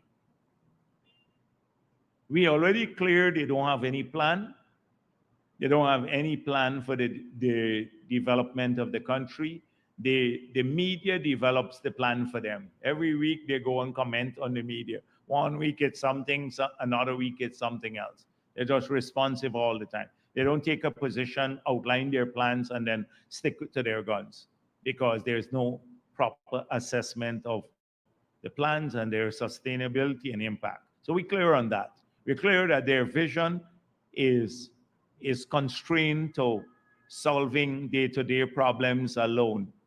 They can't see beyond the next year, and that is why the solutions that they often think are solutions are not applicable in any sustained system. And now we've established that a core value is not just to rig elections at the national level, but even internally, they don't have to deal with this issue. Now, we've always known NAPNU to use race at the national level to mobilize people. Race, racism, and lies. Killing, the PPP killing through extrajudicial killing. They already said, I see the 𝒖𝒔𝒊𝒆𝒂𝒊𝒈𝒄 people still running with the same old at their presentation 2 days ago. Haven't changed much. That's it. And they're unwilling to change. Now, the future of this country is for all of the people, and they need to see themselves reflected in all of the institutions and parties, political parties. It's only when a political party makes a dedicated effort to reach out to people of every race and every religion, and to work for their support, and gender too, and to work for their support, that it could consider itself truly national and can build this country in a sustainable way. Just look at the experience of APNU. Almost every person of Indo-Guyanese descent. Look at the guy from the treasurer. He was practically forced out after he complained about Norton, the 20 blank checks from Norton, one in Indiana, all there. Then 𝒊𝒏𝒔, who was called semi-illiterate, not semi-literate, semi-illiterate by Sherwin Holder. I'm not sure I disagree with the characterization. I'm just saying that he complained. Now, this vile anti-PPP guy who did nothing for the city because uh, he, and he was just useless, basically. And he's a total sycophant. But even he complained that being marginalized based, I saw the Starbuck News article, that he complained about marginalized because of his Indian heritage. Then Amna Ali also is they say that she's PPP. Now she's become PPP. Now you've ever heard Amna Ali in Parliament? Amna Ali, used to be the vilest from the other side. She and Nagas and all the others. And Amna Ali she was the one who said, bring it on in the no confidence motion, right? She was saying, bring it on and stuff. And majority is a majority and all of that. She is now PPP too. Very uncomfortable. And now they're complaining about racism internally in the PNC. Internal racism. So this party is a moribund party. It's dying because of its orientation. Young people, our future is our people working together. They want to see their party reflected of all the races and every class and every woman and men and everything else. How we look as a people of the country. And I'm proud to say this is the only party that does that is making an effort to do that so that our people can work together. So it's very interesting. I don't want to comment more on their leadership fights now, but it's just that it's so clear that even if they get past these issues, they cannot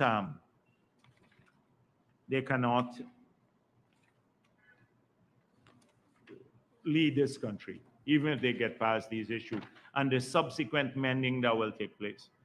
Now, there's one, I'm going to deal with one editorial from the Starbuck News, and then end there.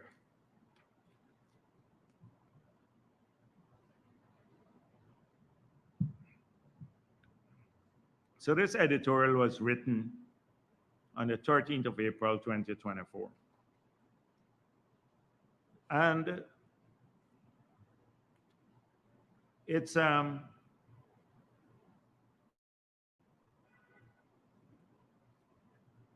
it says things like, the government has vulgarly tried to defend the wholesale ripping off of oil by arguing that the country is a huge carbon sink and will remain so because of its large forests.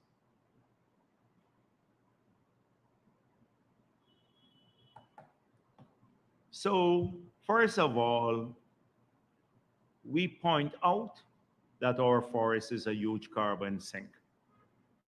We show that even with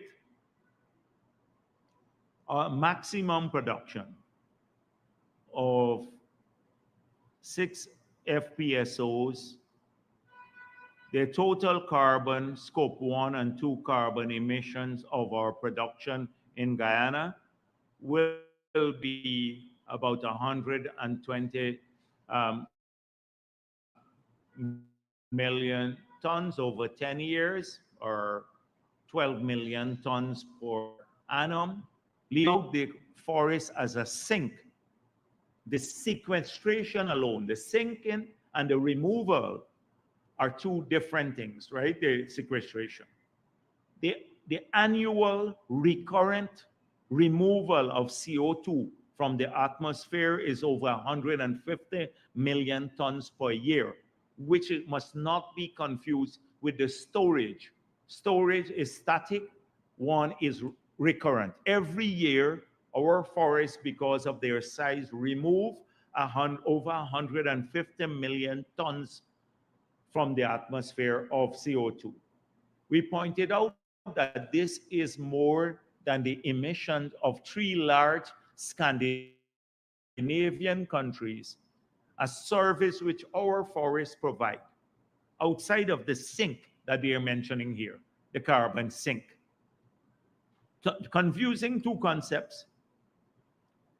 So that's only at peak production. We're only emitting about 7% of what we annually would be removing from the atmosphere.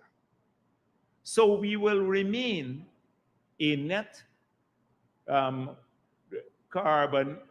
negative carbon producing country, even with peak production, both from the perspective of the stock, which is the sink, and from the perspective of the removal, which is the recurrent part. That's major. Secondly, we've argued that all of the scope 3 emission is that this oil is used in other parts of the world. So that's where you have to account for the emission when it's burned, because we have to account for the emission when it's produced, the countries that are utilizing it, because they have a choice of buying or not buying the oil, using it or not using it. So when the UK buys our oil, or India or the United States, they burn the oil, they emit the emission. So they have to account for that emission over there. If they choose to not to buy oil and supply themselves or their demand for energy from a different source, then that's fine too with us. And that's why we argue that there must be a reduction in demand as part of the solution to net zero, apart from the reduction in supply. Because if the demand keeps growing and you don't meet the demand by renewable, you have to increase fossil fuel production, which is what's happening globally. So that is where the accounting takes place. And this is entirely consistent with the convention, the Intergovernmental Panel and the UN Convention here on how to account for carbon emitted. Entirely consistent with that. That's lost here. Then the justice argued that the US is expanding production. Every country in the world is expanding, not just production of gas, or not every country, the countries that are producing, expanding gas production. Some are pumping more oil, and some have even returned to the production of coal, like the United Kingdom that wanted to ban coal, which is the most polluting of all fuels. They're expanding the production of coal. So where is the justice that we must stop? We must be responsible, stop producing oil here because we're worried about climate change, when our forests can be an offset. But even without the forest, assuming without the forest, we are just producing a tiny part of the emission. It's utilized mainly in those countries. So where's the justice argument? They're expanding production. That's lost here in this editorial too. All of these positions get lost in this generalized thing. Now, I told you already, there's an anonymous guy in Kaichor News who I think I know who might have done it. But look at the methodology for calculating carbon sequestration and all of that.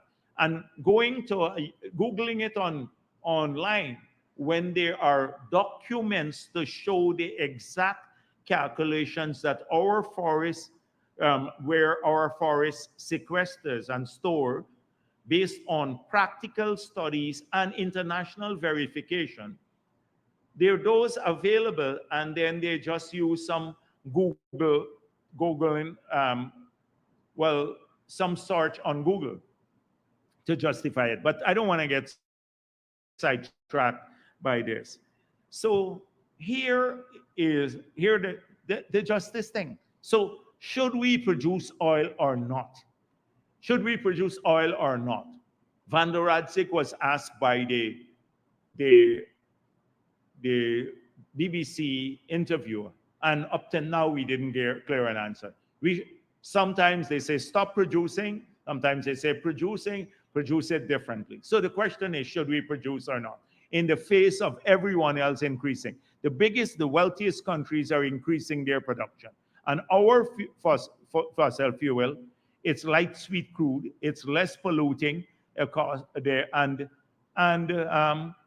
we are a tiny part of the global production. The next question is, anyhow,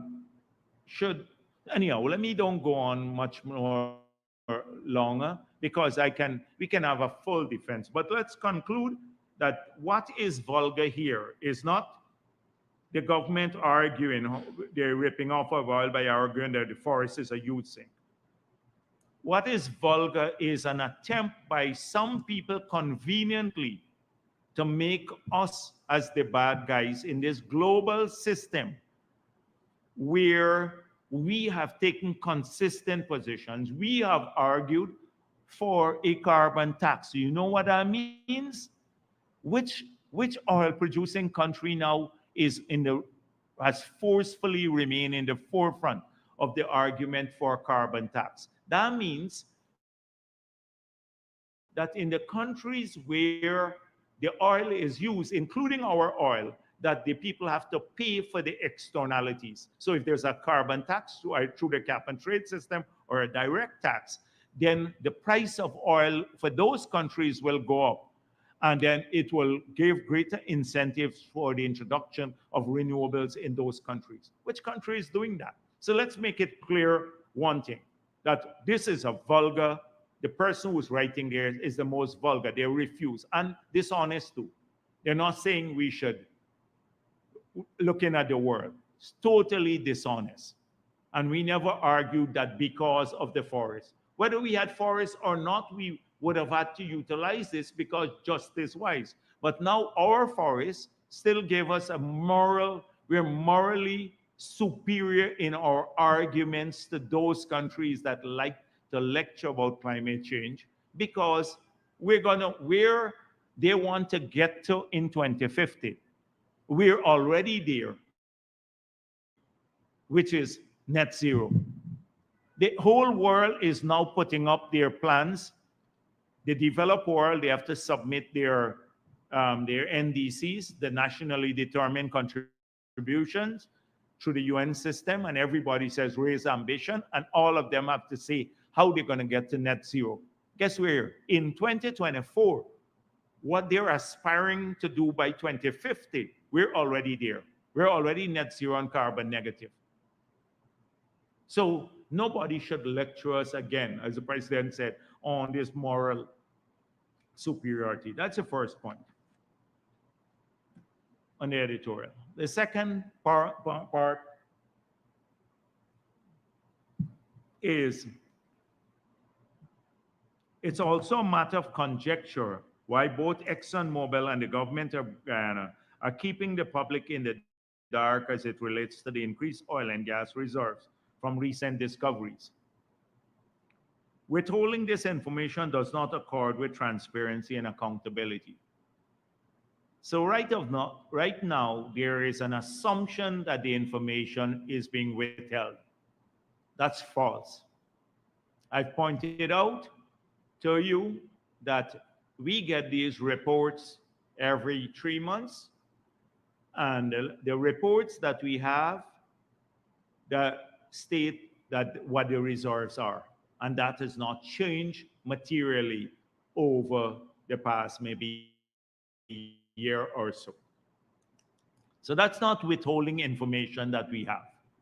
The information about the reserves have been part of that report, and it's around the same 11 billion barrels. I've pointed out not the increased oil and gas reserves from recent discoveries, that a discovery doesn't mean that you know the size of the reserve. That to get the size of reserve long after the discovery, you have to do appraisal see the type of rock, a complex process before you get to reserve, the establishment of reserve. So it's false from that second premise, that immediately as you discover, you then know what the reserves are. The third thing we pointed out is that the reserves, the discoveries would undoubtedly either, and greater appraisal wells would adjust the reserves. Some cases may be down and maybe up the 11 billion we have first of all. And undoubtedly, they will grow the reserves in the future once you finish appraisal. But we pointed out that even already the amount of reserves we know that we have will justify a number of investments. And it's through the not knowledge of the reserve, but the investment in producing the oil that matters most, because when you produce, that's how you get the revenue and the other economic activities. Our focus has been on giving the 6th license, which was done recently. There is no additional request for another license at this point in time. So that has been the focus, because knowledge of the reserve is not automatic. A lot of countries know reserve. Suriname may know some of its reserve, but can't get to an FID up to now for a project. So we pointed this out, that flew over the head of everyone, or not everyone, but some of these people. So from 3 perspectives, this one sentence is wrong. I've just pointed out, and it's egregiously wrong. It doesn't reflect what we've explained a million times.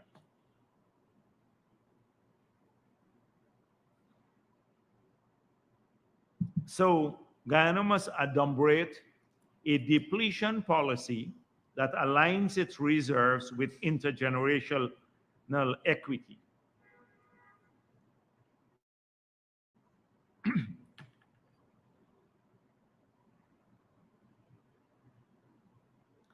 And no, let me read the whole sentence, because I stopped there. Guyana must adopt a depletion policy that aligns its reserves with intergenerational equity and its requirements to modernize Guyana and transform the economy away from oil and gas. So, 2 very important things, but again, in my view, contradictory and short-sighted, and doesn't reflect what the reality of the world is today. And we have explained this. When we said that with climate change now, there is a move to move away from oil, the production of oil and gas, fossil fuel. That's a trend, and the Stabroek editorial said that we must do that, move away, refine a policy to, or announce our policy to transform the economy and move away from oil and gas. So that's happening. How do we, so this is a global thing, and why does this have to happen? Because we're worried about climate change and we're all trying to get to net zero. So if you're gonna have a depletion policy, which is production really, and at the rate of production. So you know your reserve, the depletion policy is how much you produce over a period, the rate of production. And they want to do this, align it with intergenerational equity. So we must leave enough reserves in the ground for the people to produce in 2040. That's effective. Like, so align our production in that. But by 2040, the world will want to move away totally from fossil fuel production or minimize it. It's contradictory. It's almost, I don't understand how people could do a full-fledged, practical, technical analysis and still mix up 2 contradictory objectives and call for both in a single sentence. That we recognize that the world is moving rapidly to decarbonize, so our depletion policy is trying to get, in this period when there is still a demand for fossil fuel, try to get as much of the resources out now. That is why the approval of these projects, get those resources out, secure the investments now because they'll be later harder to secure when the banks have already started banning investment in fossil fuel, etc. Get those resources converted from oil in the ground to financial assets or infrastructural assets, and then utilize those assets, the financial assets, to ensure that we have intergenerational prosperity. Because we know that oil and gas cannot in the future deliver intergenerational equity. That is why we have already determined our depletion policy, which says front load or as much oil production now, not have a rate of production that goes for up to 2050, because we recognize by 2040 or 2050 we may not be able to produce oil because the demand will slump so radically. That is a real possibility.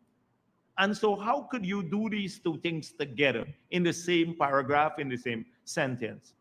Call for contradictory objectives. Then it goes on in one editorial.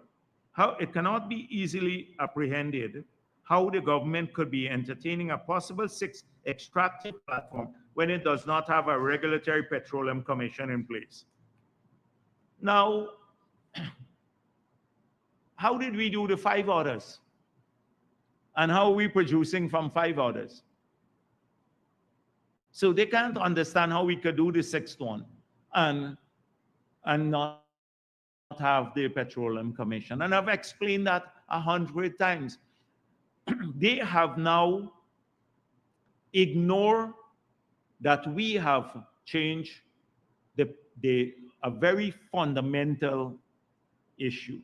The fundamental issue that we have changed now is the Petroleum Activities Bill. That is the legislation under which the oil and gas is regulated. It's still being, now the new provisions have to apply to the oil and gas companies, whether you have a petroleum commission or not. The GGMC applies the new framework to the oil and gas sector. So a massive or shifting change has been made in the regulatory framework, and they're stuck on, oh, the commission, how you can approve a 6th one. So without the commission, that has changed, and that's major. We have already said, if you look at, we have made every license public, including the 6th one. It's made public, it's on the website. Contrary to what APNU did. They didn't put the first 2 licenses that they had up on the site. We put all of the licenses that we have approved. And you see the major differences. Please read the differences. Read the differences and you'll see the qualitative change in the regulatory licenses and the obligations of the oil and gas companies. The environmental permits have changed. We're now working on law to deal with spills, etc., apart from guarantees that there'd be legislation to hold people responsible. We've made that clear. So these are all issues. We've passed a local content law to make sure that more people can benefit here. And they're saying this 6th license, how could you do it without this one thing? And even in terms, if you look at how we're starting to address things like the decommissioning fund, in the new license, we've already started because the Stabroek agreement, the PSA, had a particular approach to that. In the new law, it now says that the decommissioning fund will be treated different than how the previous, how it was treated in the past. And that's because of the change in the law. So if you look at the qualitative changes there, you wouldn't ask that question. You wouldn't even ask that question. That's the next point. And then this one. So there's greater chance of an iceberg in the Amazon River than ExxonMobil removing its armada from the Stabroek block. So they're saying if we renegotiate, Exxon will not remove. It is not the removal. How many times have we spoken about the loss of momentum? The loss, we have seen what the loss of momentum through legal cases, not just the removal and the breach of contract, what will happen, but the loss of momentum. That's one. Two, the possibility of exposing this country, the government of Guyana and the people of Guyana, to multi-billion dollars liabilities, multi-billion US dollars of liability, money that we don't have. So why do I say that? And look at this carefully. Indeed, so it goes on here. It says, indeed, the 2016 PSA recognizes the possibility that the two sides can renegotiate. So when I read this, I said, really? Am I reading something else? In the PSA that Trautmann signed, is there the possibility of renegotiating? And so where is this? And then I heard there was an editor's comment to say it was Article 32, I think, of the PSA. After a letter question it. 32 or 33, I think it might be 32 of the PSA. So guess what the head is? Guess what the head is? For this bold statement that in 2016 PSA provides the basis, the possibility that the two sides could renegotiate. Guess what it's titled? It's called a stability clause. This is the stability clause. And so imagine a stability clause preserves the benefits of the agreement. So the stability clause says, notwithstanding any subsequent changes you make, or if you renegotiate and it inures to the detriment of the company, that they can go to arbitration if there is a dispute. And the arbitration has the power to amend the PSA to ensure that they get back their benefits and also to award damages. So that's international law. Whether you like it or not, you have to, once you're part of this world, you have to go to arbitration. At the end, if you make any changes, if you pass a new law that takes away any benefit, that is what Trautmann signed on to in the stability clause. So imagine they're saying that the stability clause is the basis for renegotiating. It's the stupidest thing I've ever seen in my life in an editorial. And in fact, it's one of the most compelling reasons why you cannot renegotiate, because Exxon will accept if they agree with it voluntarily, and they've made it clear they're not going to agree with it. So you have a dispute. You're going to have a dispute. And the dispute ends up in if we pass a law that takes away any benefits from them now, that stability clause says they can go to arbitration. If we take away any benefit from them, any changes to the PSA, and not just to reform the PSA, the arbitration panel has the right to make sure that they get back their original intended benefits, but to award damages. Now, let me tell you what that has happened, how that has happened to us. We now have a demand for $100 million on the parking meter. It's before arbitration panel now. We were not part of the parking meter thing that was signed, the contract by the new government and city council. We're not part of that. We've already spent over $2 million in legal fees to fight that case. What if there is a big award? The country has to pay that for something that never worked, a bad decision there. Just imagine if they go and they get a $10 billion award, because this is the magnitude of the scale. We haven't collected, we collected the first 2 years, we collected under $2 billion. Last year, we collected about maybe another 1.5, 1.6 billion. And you get a 10 billion award for damages and for loss of value. Who can pay it? Glenlal would pay it. The people of this country will pay it. These same people would say, oh, we told you so. We told you so. You shouldn't have done this. The same people.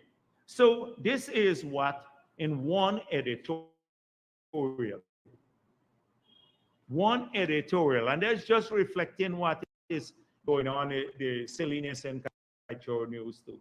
Some of it, the same kind of unthinking or ring fence, half fence, two fence, all kind of comes in. They don't deal with that. They don't deal with the consequences of action.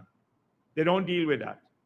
And then misleading headlines every time you speak. So I just wanted to point a few things out in editorials, another ripoff of the Guyanese people.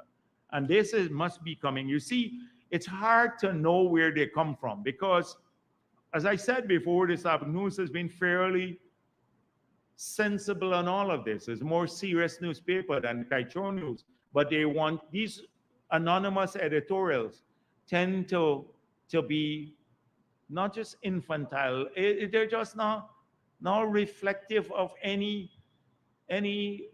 technical thinking. It's just like statements of emotion. And we can't manage a country by emotion, just like that. You gotta think about consequences. Thank you.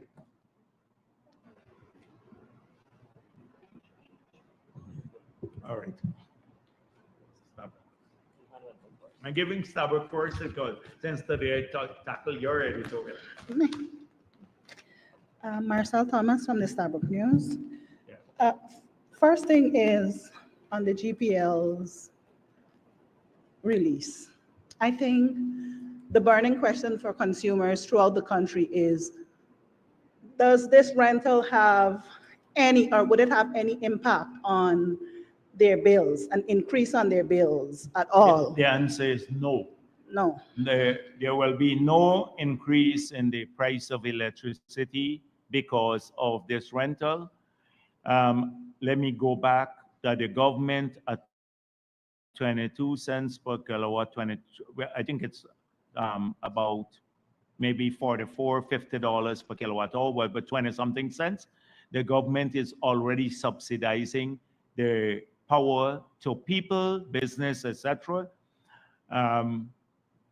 Let me just give you an idea. I saw a correspondence from a mall, to say that because they have to generate full time, they want their tenants to increase their power bill by 13%. So that means that the government was basically subsidizing that too, because now they have to self-generate and all of that come fully on. So it just gives you an idea. And if you extrapolate this for the country, it's a large sum of money that we use to keep the price of electricity fixed. Since we got into office, we kept it fixed in spite of the increase. So there shall be no increase in the price of electricity because of this rental. For the next 2 years? Yeah, for the next 2 years. Okay. No, that's clear. One, if you can respond to the hot dog allegations that PPP What hot dog? in Wakenham, that one of your officials there is leveraging their allegations that they're, I don't know his name. Huh? So who is he? Who is Sadiq Ahmad? I don't know him. Anyway, a counselor, but he is leveraging hot dogs for the cash grants. So what for what? That was in a story. You didn't see it? No, I didn't read the story. I don't read yes, everything. You So what he wants to leverage it for? There is a PPP hot dog fundraiser, and he's telling the people if they don't buy these hot dogs, then they wouldn't get any of the PPP support in Wakenham. And the PPP support what? Roads or?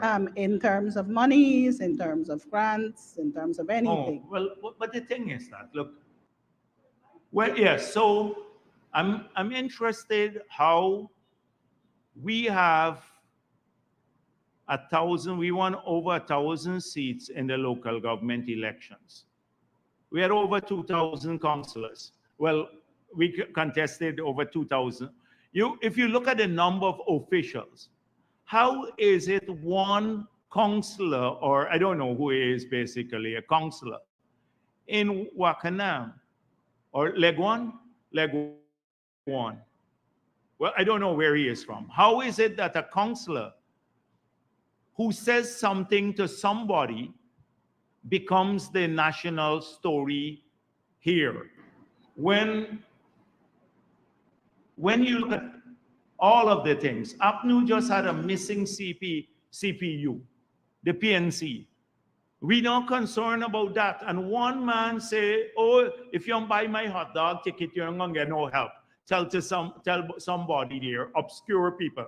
And you want to bet it's an APNU person who exposed this? It would be a person like Mahi Paul who would pick up something like that. Check if it's not one of the Mahi Pauls that put that out in the public domain. A person like that. It's like when the police used to sell barbecue tickets and they say to people, you're going to get into trouble if you don't buy a barbecue ticket. You think that's the official policy of the police? That a man don't buy their barbecue ticket, etc.? It's pure nonsense. This man doesn't control who gets help from the PPP. We help everybody. And so that becomes a stupid story at the national level because some councillor tell a man hot dog. I don't know how many hot dogs we sell in any case at the PPP level. It is every little, a pin drop is PPP. Oh, hot dogs now I'm hearing about. And who promised hot dog? The whole dog could drop from the APNU and you don't even get a question about it. Not the little hot dog. The whole dog would drop down and they're dead. If I worry with all what all APNU councillors at the local level say or do, you think I'd go mad? I'll go mad. We have thousands of members, tens of thousands of members everywhere. A man trying to make a hustle, get somebody to buy a ticket. He can't sell his ticket and say, you're going to get no help. Our help is not determined on the basis of who buy hot dog in this country. I would have been in Sophia selling hot dogs too. I just came out of Sophia, and we're building roads there, over $1 billion of roads in Sophia. You think I carry the hot dog stand in Sophia and say, buy the PPP hot dog so you get your roads? So please, Marcel, I'm surprised you'll bring this hot dog story to me here from the Starbrook. I expected that from Kaichor News, to be frank with you. Hot dog, some story. Let's move to the second one. All right. I should leave that one for last. I know it's funny, but all right, I give you a minute to compose yourself. The other one is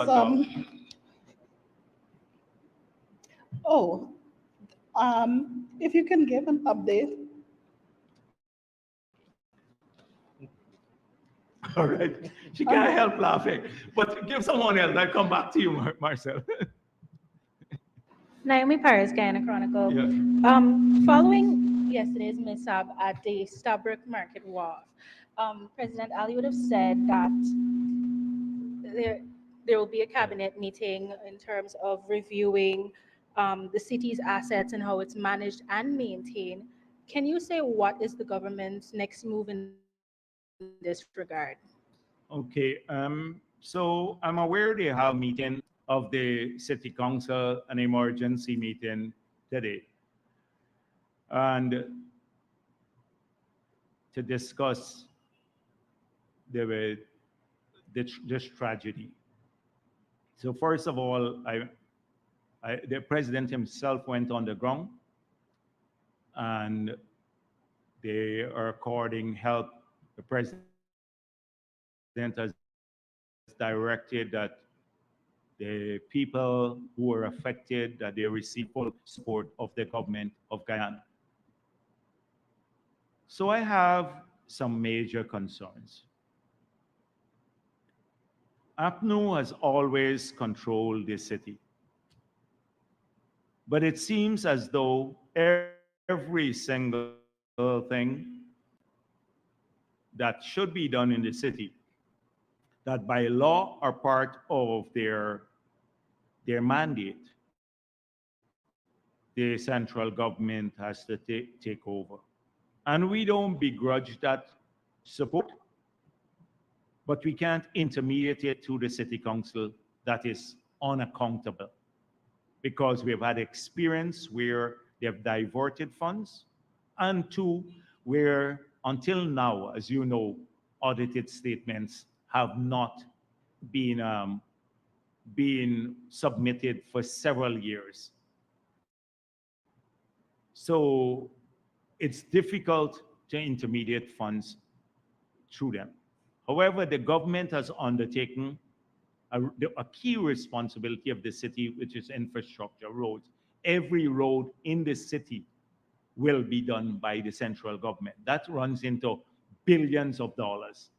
So for those people who think that the PPP government is punishing the people of the city, we're not doing that. In fact, if you look at all the outreaches, etc., we're spending billions of dollars in the city in an area there, because the city is still controlled by APNU. For those who like to talk about starving funds, we're doing this all over the country, building roads too. Secondly, we're spending hundreds of millions of dollars on all the recreational facilities in the city, 34 of them being done grounds now with lights, etc. We have undertaken all the beautification of the city, the sidewalk, the boardwalks, and everything else. It's being done by the government. The planting of trees, you see, we just started outside the army compound that will grow up into a literal small forest there. That will, these are undertaken by the city. We've spent $15 million to take the dump site out of the city. We're now doing the drainage in the city. We're clearing drains. We're putting additional pumping capacity in the city. What does the city do? So if we're doing drainage, grounds, beautification, etc., they literally doing very little. They collect rates and taxes from the same vendors.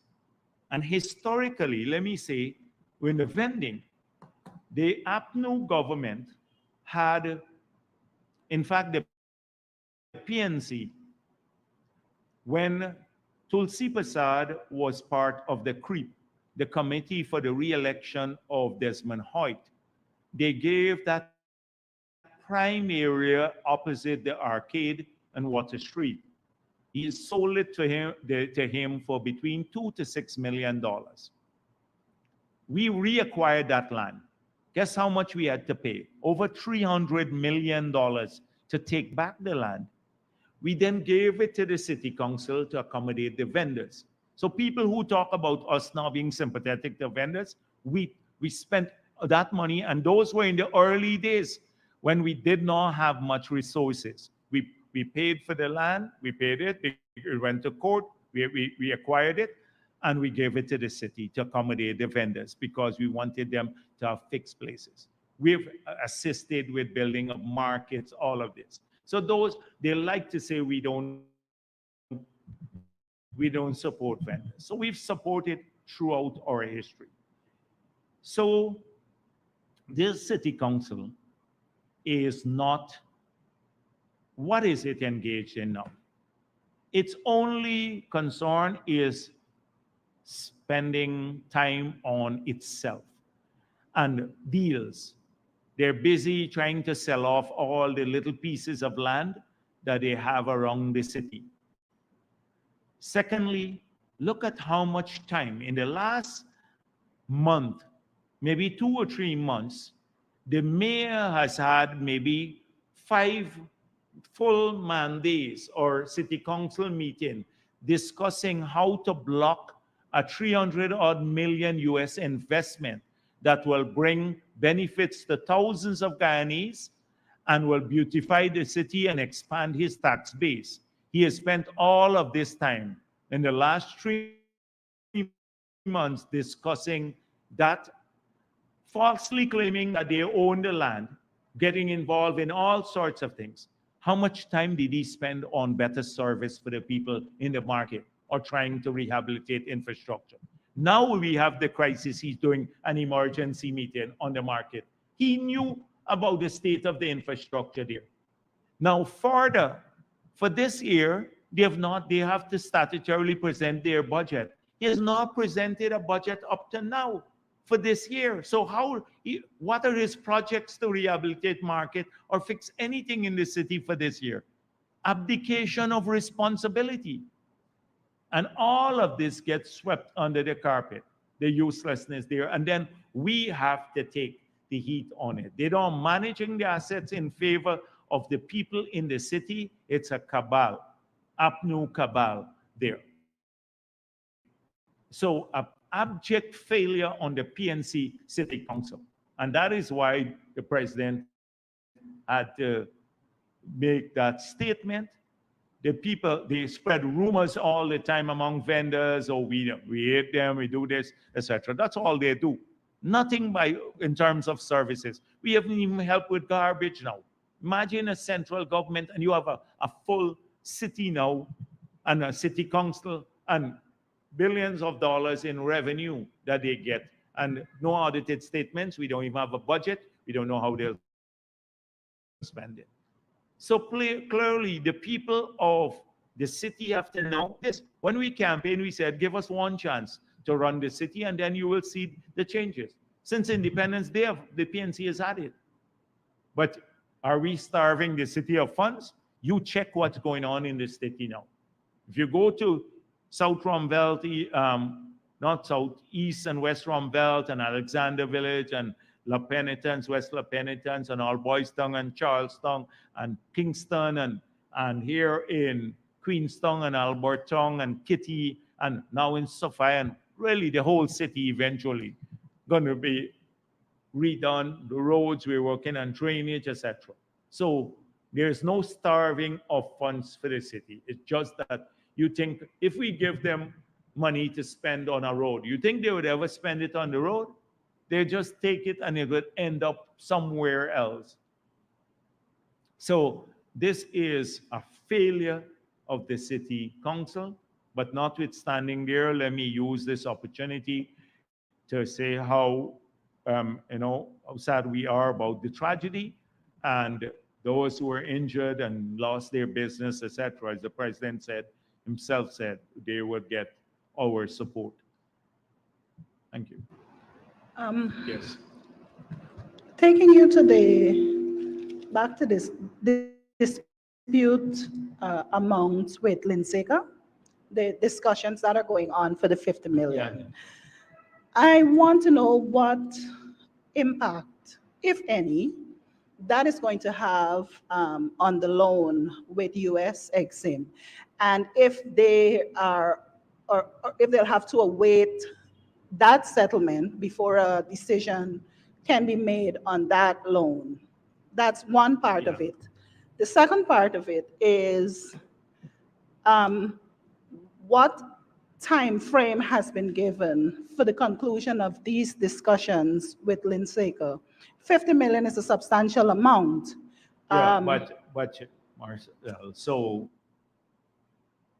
the thing is that their claim, let me make it clear. They have claimed this figure.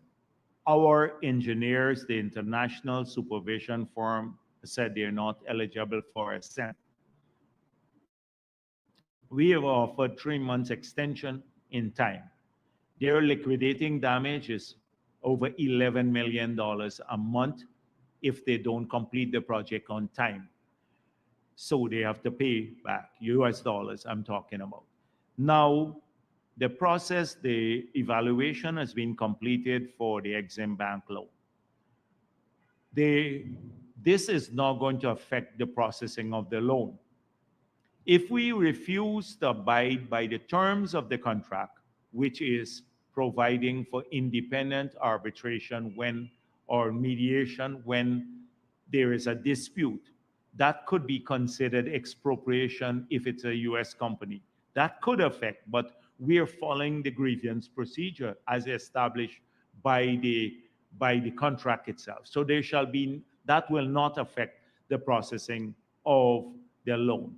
Time frame about the discussion, I do not know but that is not affecting the movement on the project.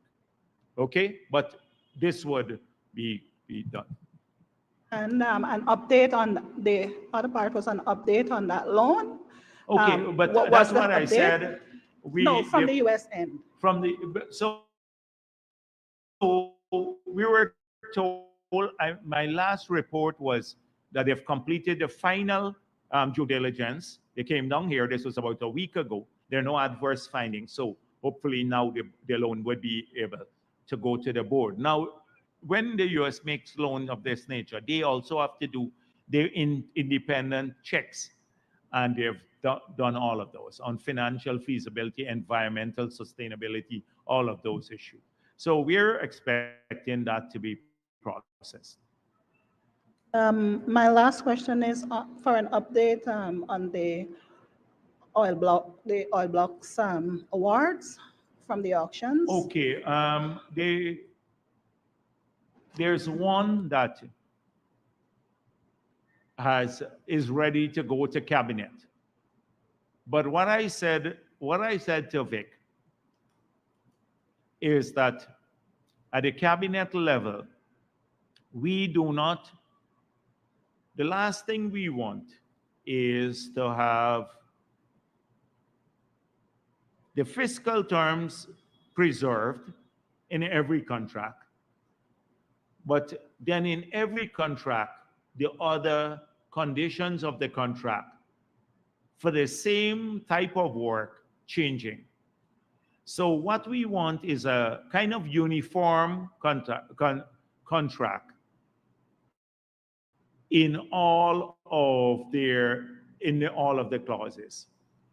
Because we may end up, if we go earlier with one and then negotiating the technical agreements with the others, then we may end up with a different set of concerns raised, etc. So they were going to have a final meeting this week with all the parties involved to look at the technical comments and then make sure that whatever goes to cabinet, some will go earlier to cabinet, that it will be a contract that will be acceptable to all the parties. Remember, we made it clear that the fiscal terms are non-negotiable, but we're still prepared to look at the non-fiscal terms because they complain that it's pretty onerous. We went from one extreme to the other extreme in terms of not having, no consequences for having a block and not doing anything, to this massive, could be $200-300 million fine, US dollars fine for doing it.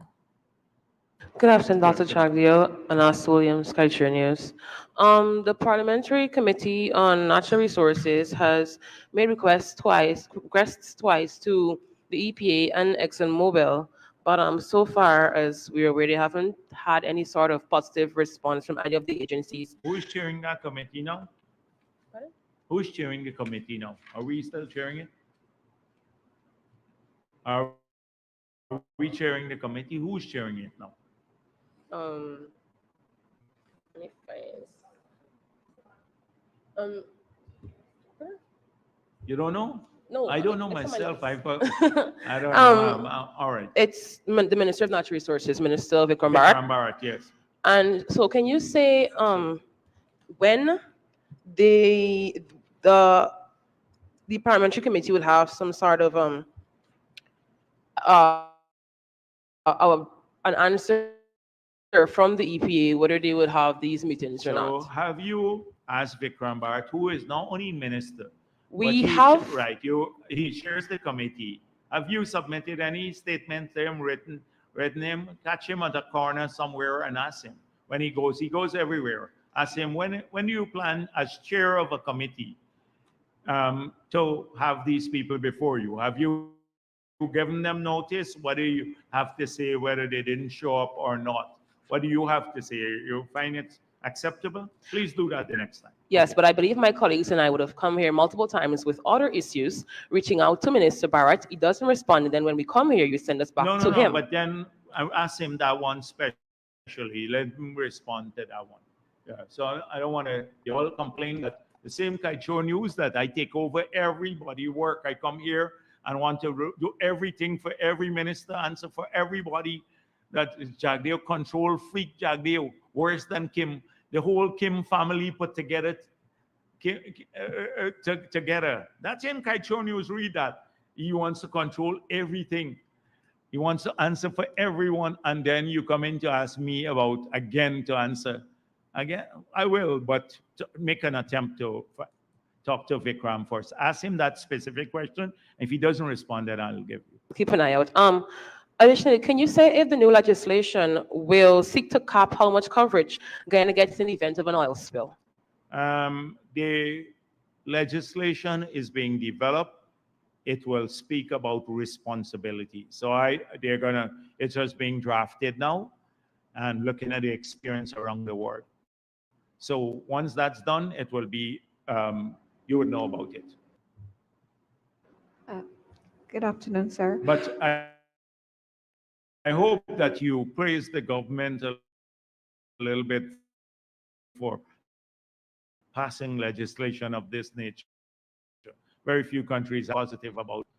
And shocked that Kaicho News accepted with the aircraft, right? That they made a mistake and they apologized, retracted the story.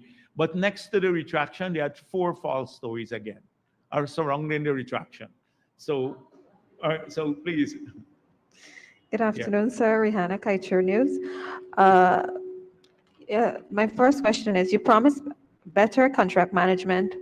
What changes beyond the environmental provisions you have made to ensure this country benefits more from the 6th oil project granted last week? Yeah, that's one. Go ahead. And 25 helicopter trips will be made per week in the 6th project. Do you have a say in the award of those contracts as a 50-50 partner?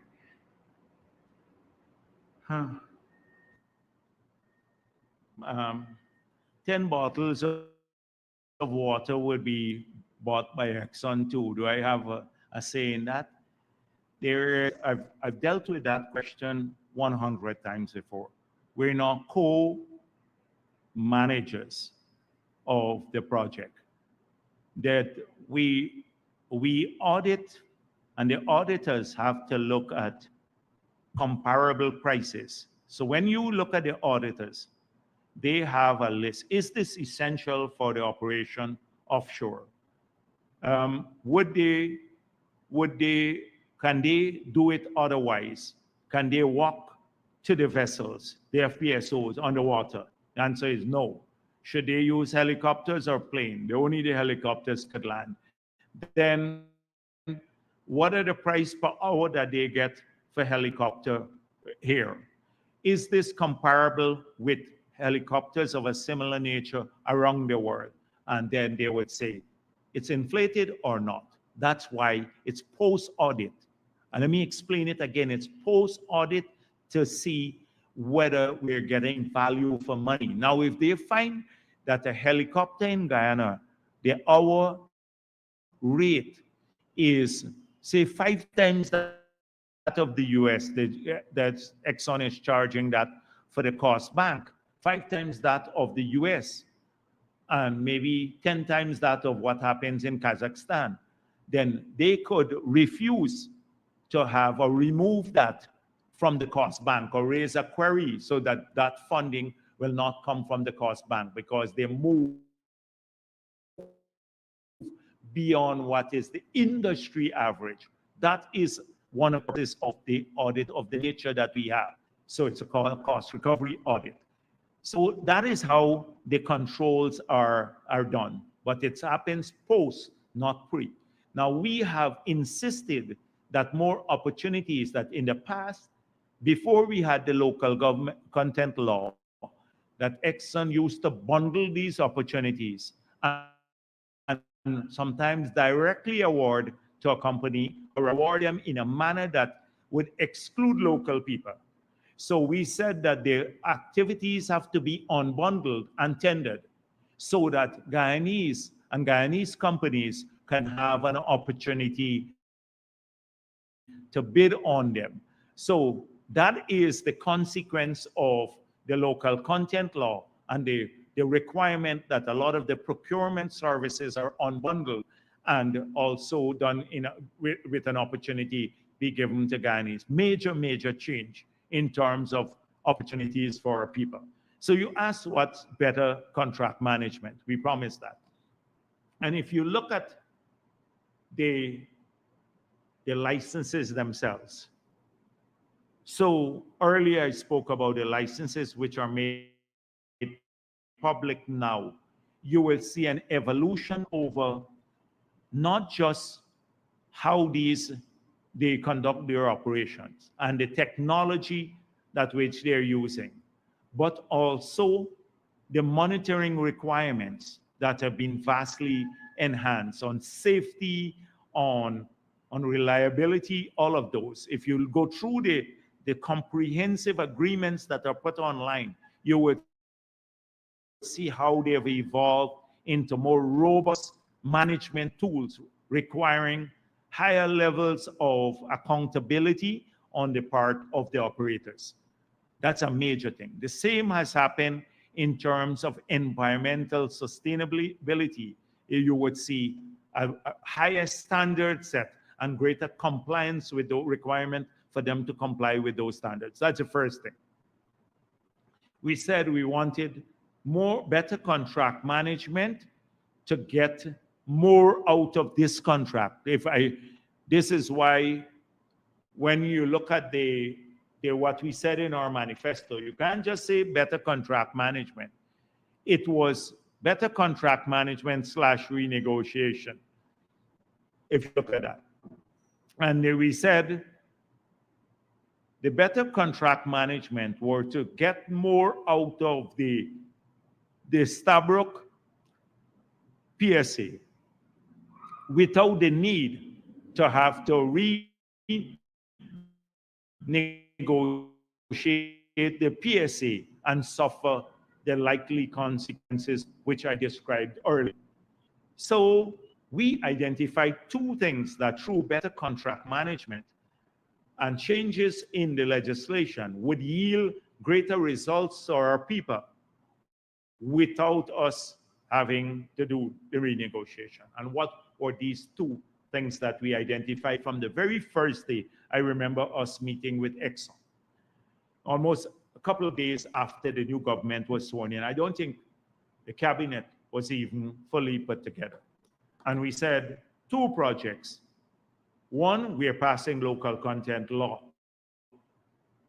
And secondly, that the price of gas to this project has to be, we're not paying for the gas, for 50 million.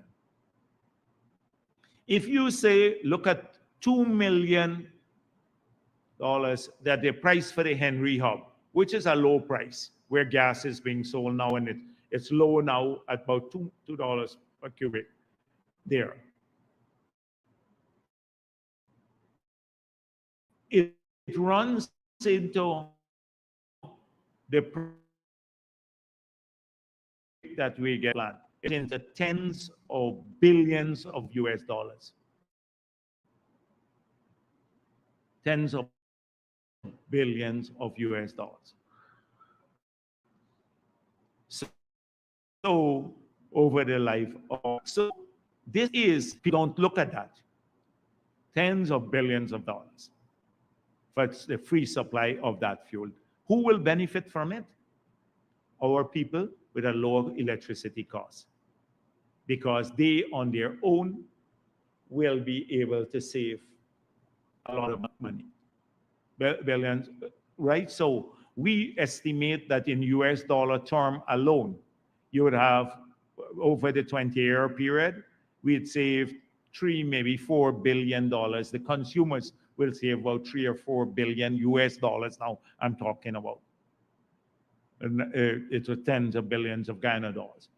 And so, so that is one project where through better contract management, for better discussion with them, we're forced now to bring an additional benefit that would not be obtained otherwise and without even renegotiating the PSA.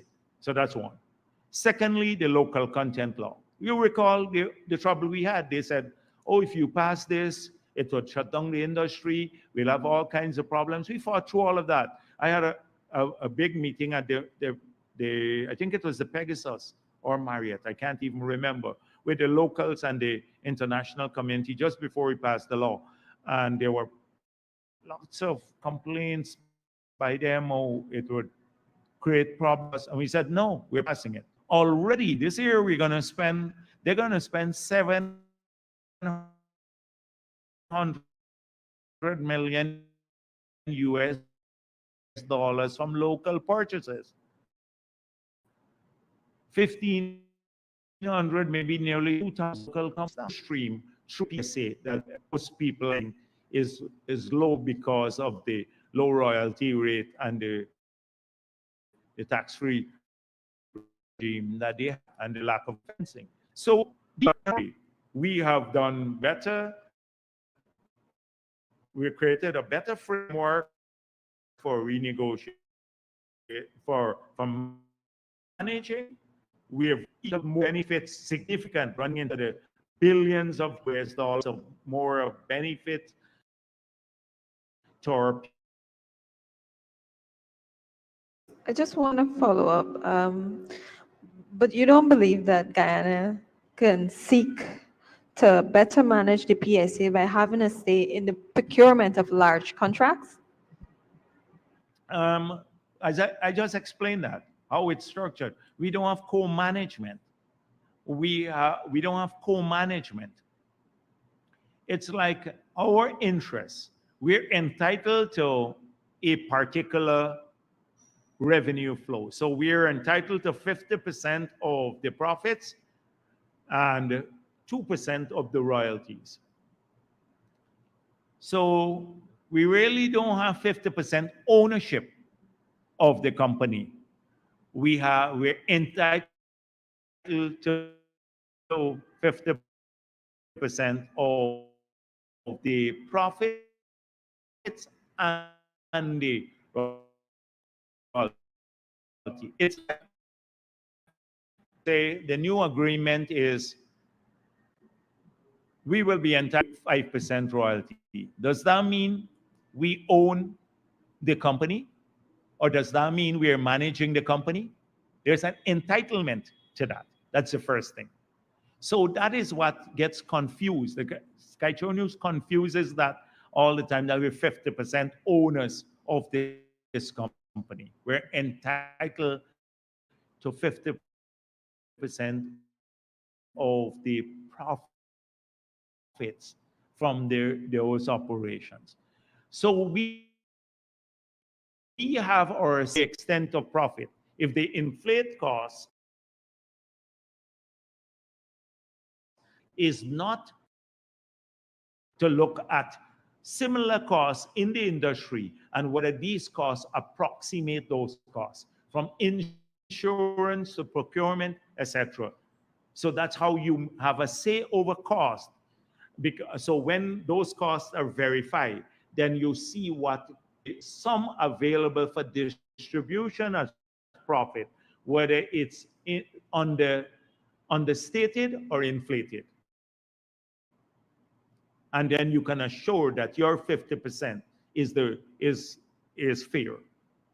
How come this misses something as simple as this? People miss all of this analysis.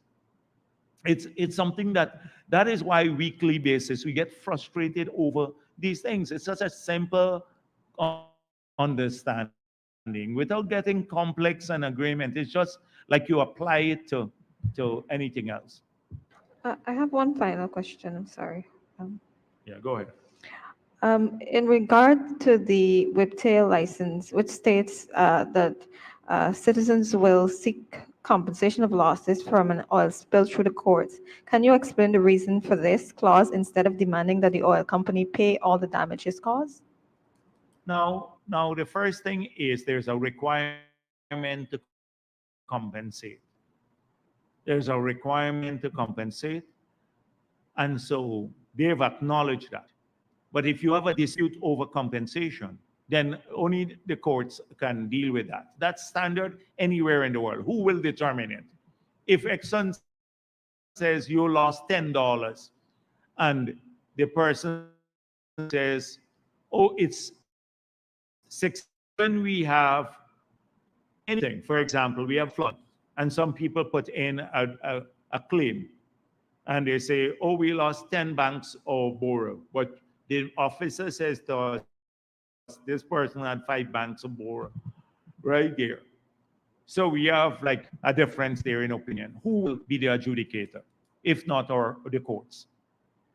So the thing is that is something that is obtained everywhere, but there would be a requirement in the law for compensation too. Compensation, fair market compensation for damages to people's opportunities. So it's a simple thing. Why do we find something that's standard?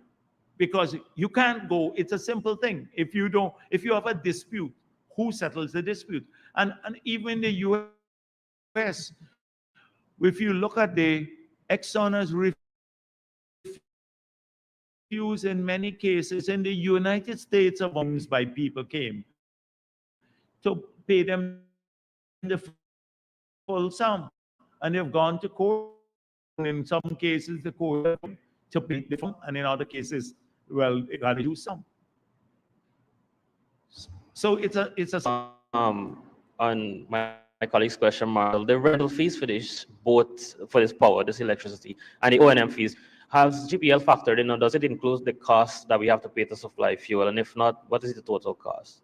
Oh that God, man, we explained that, man. You last time here, I explained that the cost is O&M and rental for capacity. That's self-explanatory. If the GPL release said that, you just read the release, it's self-explanatory. So that means they are bringing the vessel, you're paying for the capacity, and that's for the use of the equipment, the amortization, etc., and the O&M cost. And then you have to supply the fuel. I said that at the beginning. So when you add the two, it runs up to nearly a total cost of over 20-something cents, nearly 30 cents per kilowatt hour. But already we're there for some of our generating capacity because the price of fuel went up. But we will not increase the price of electricity. To get it clear, right? Like, so you understand now? Yeah. So that is self-explanatory. Secondly, you explained extensively a few minutes ago during your initial statement about the transparency of the government in terms of the procurement and awarding of contracts. I want to ask the recent report released by the PPC. There's some glaring glaring breach of the Procurement Act. I'm asking your capacity as the General Secretary of the party. Can these be overlooked, and what is your government's plan going forward? So I don't see any, from what I've seen, it didn't say breach. However, it pointed out about the application of the evaluation criteria. So I dealt with that at the beginning, that the evaluation criteria that were outlined in the bid, that there was not a perfect kind of application or in this bid to the evaluation criteria. They made that pretty clear. I pointed out the large number of contracts that are awarded and many to other people who have not basically built pump stations before and the need to get these built. So we made it, I pointed out that this was transparently tendered. So you heard me, right? You were here from the beginning? So the whole thing. The Minister of Finance has made it clear. And that's why if you have any particular clause that you're not happy with, just contact him in any clause. But I was pleased that the report came out and the report reinforced some of the things we've been doing. And then I contrast that approach by so they didn't recommend a cancellation of the contract, if that's what you're suggesting. Okay. Just saying, well, what is your personal response and going forward and so forth. My final question, I can remember asking you to past press conference about the contracts awarded. So if there was any secret contract awarded to the company that Guyanese Critic is a part of, and you said that all the contracts are public, but this report revealed of a road project, and we've been searching for it on the website. We've not seen it. Can you give clarity there what might have happened there? But I don't know if you're searching on a website as Kaichor News. If you're searching for things, there are lots of things that you find that would make what you publish look about anything that is in the public domain. Now, if there is a road project,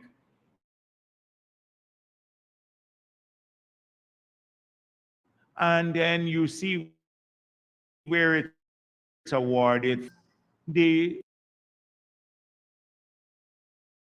permanent secretary of that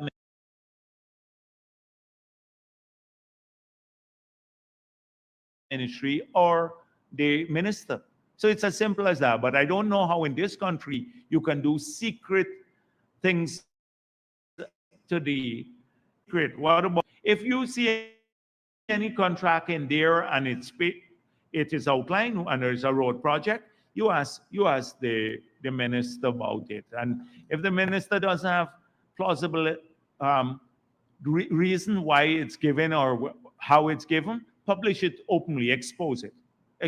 We don't have a problem with that happening. But knowing Kaichor, you will do like what the school, the 75 million to house the children, and it's a lie.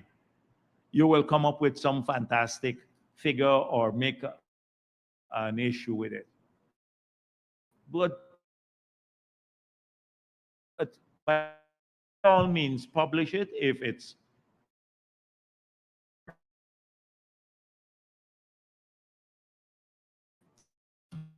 any concern about that. But act professional.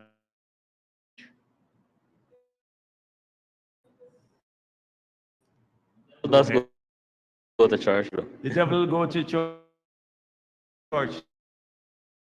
You hear? No, let's go to church. The devil pull out, people from, And they pull out Glenn. I can't answer that. Oh. I gotta ask Glenn that. They pull out Glenn. You see me? Okay. Yes. Anything else? All right. Thank you very much.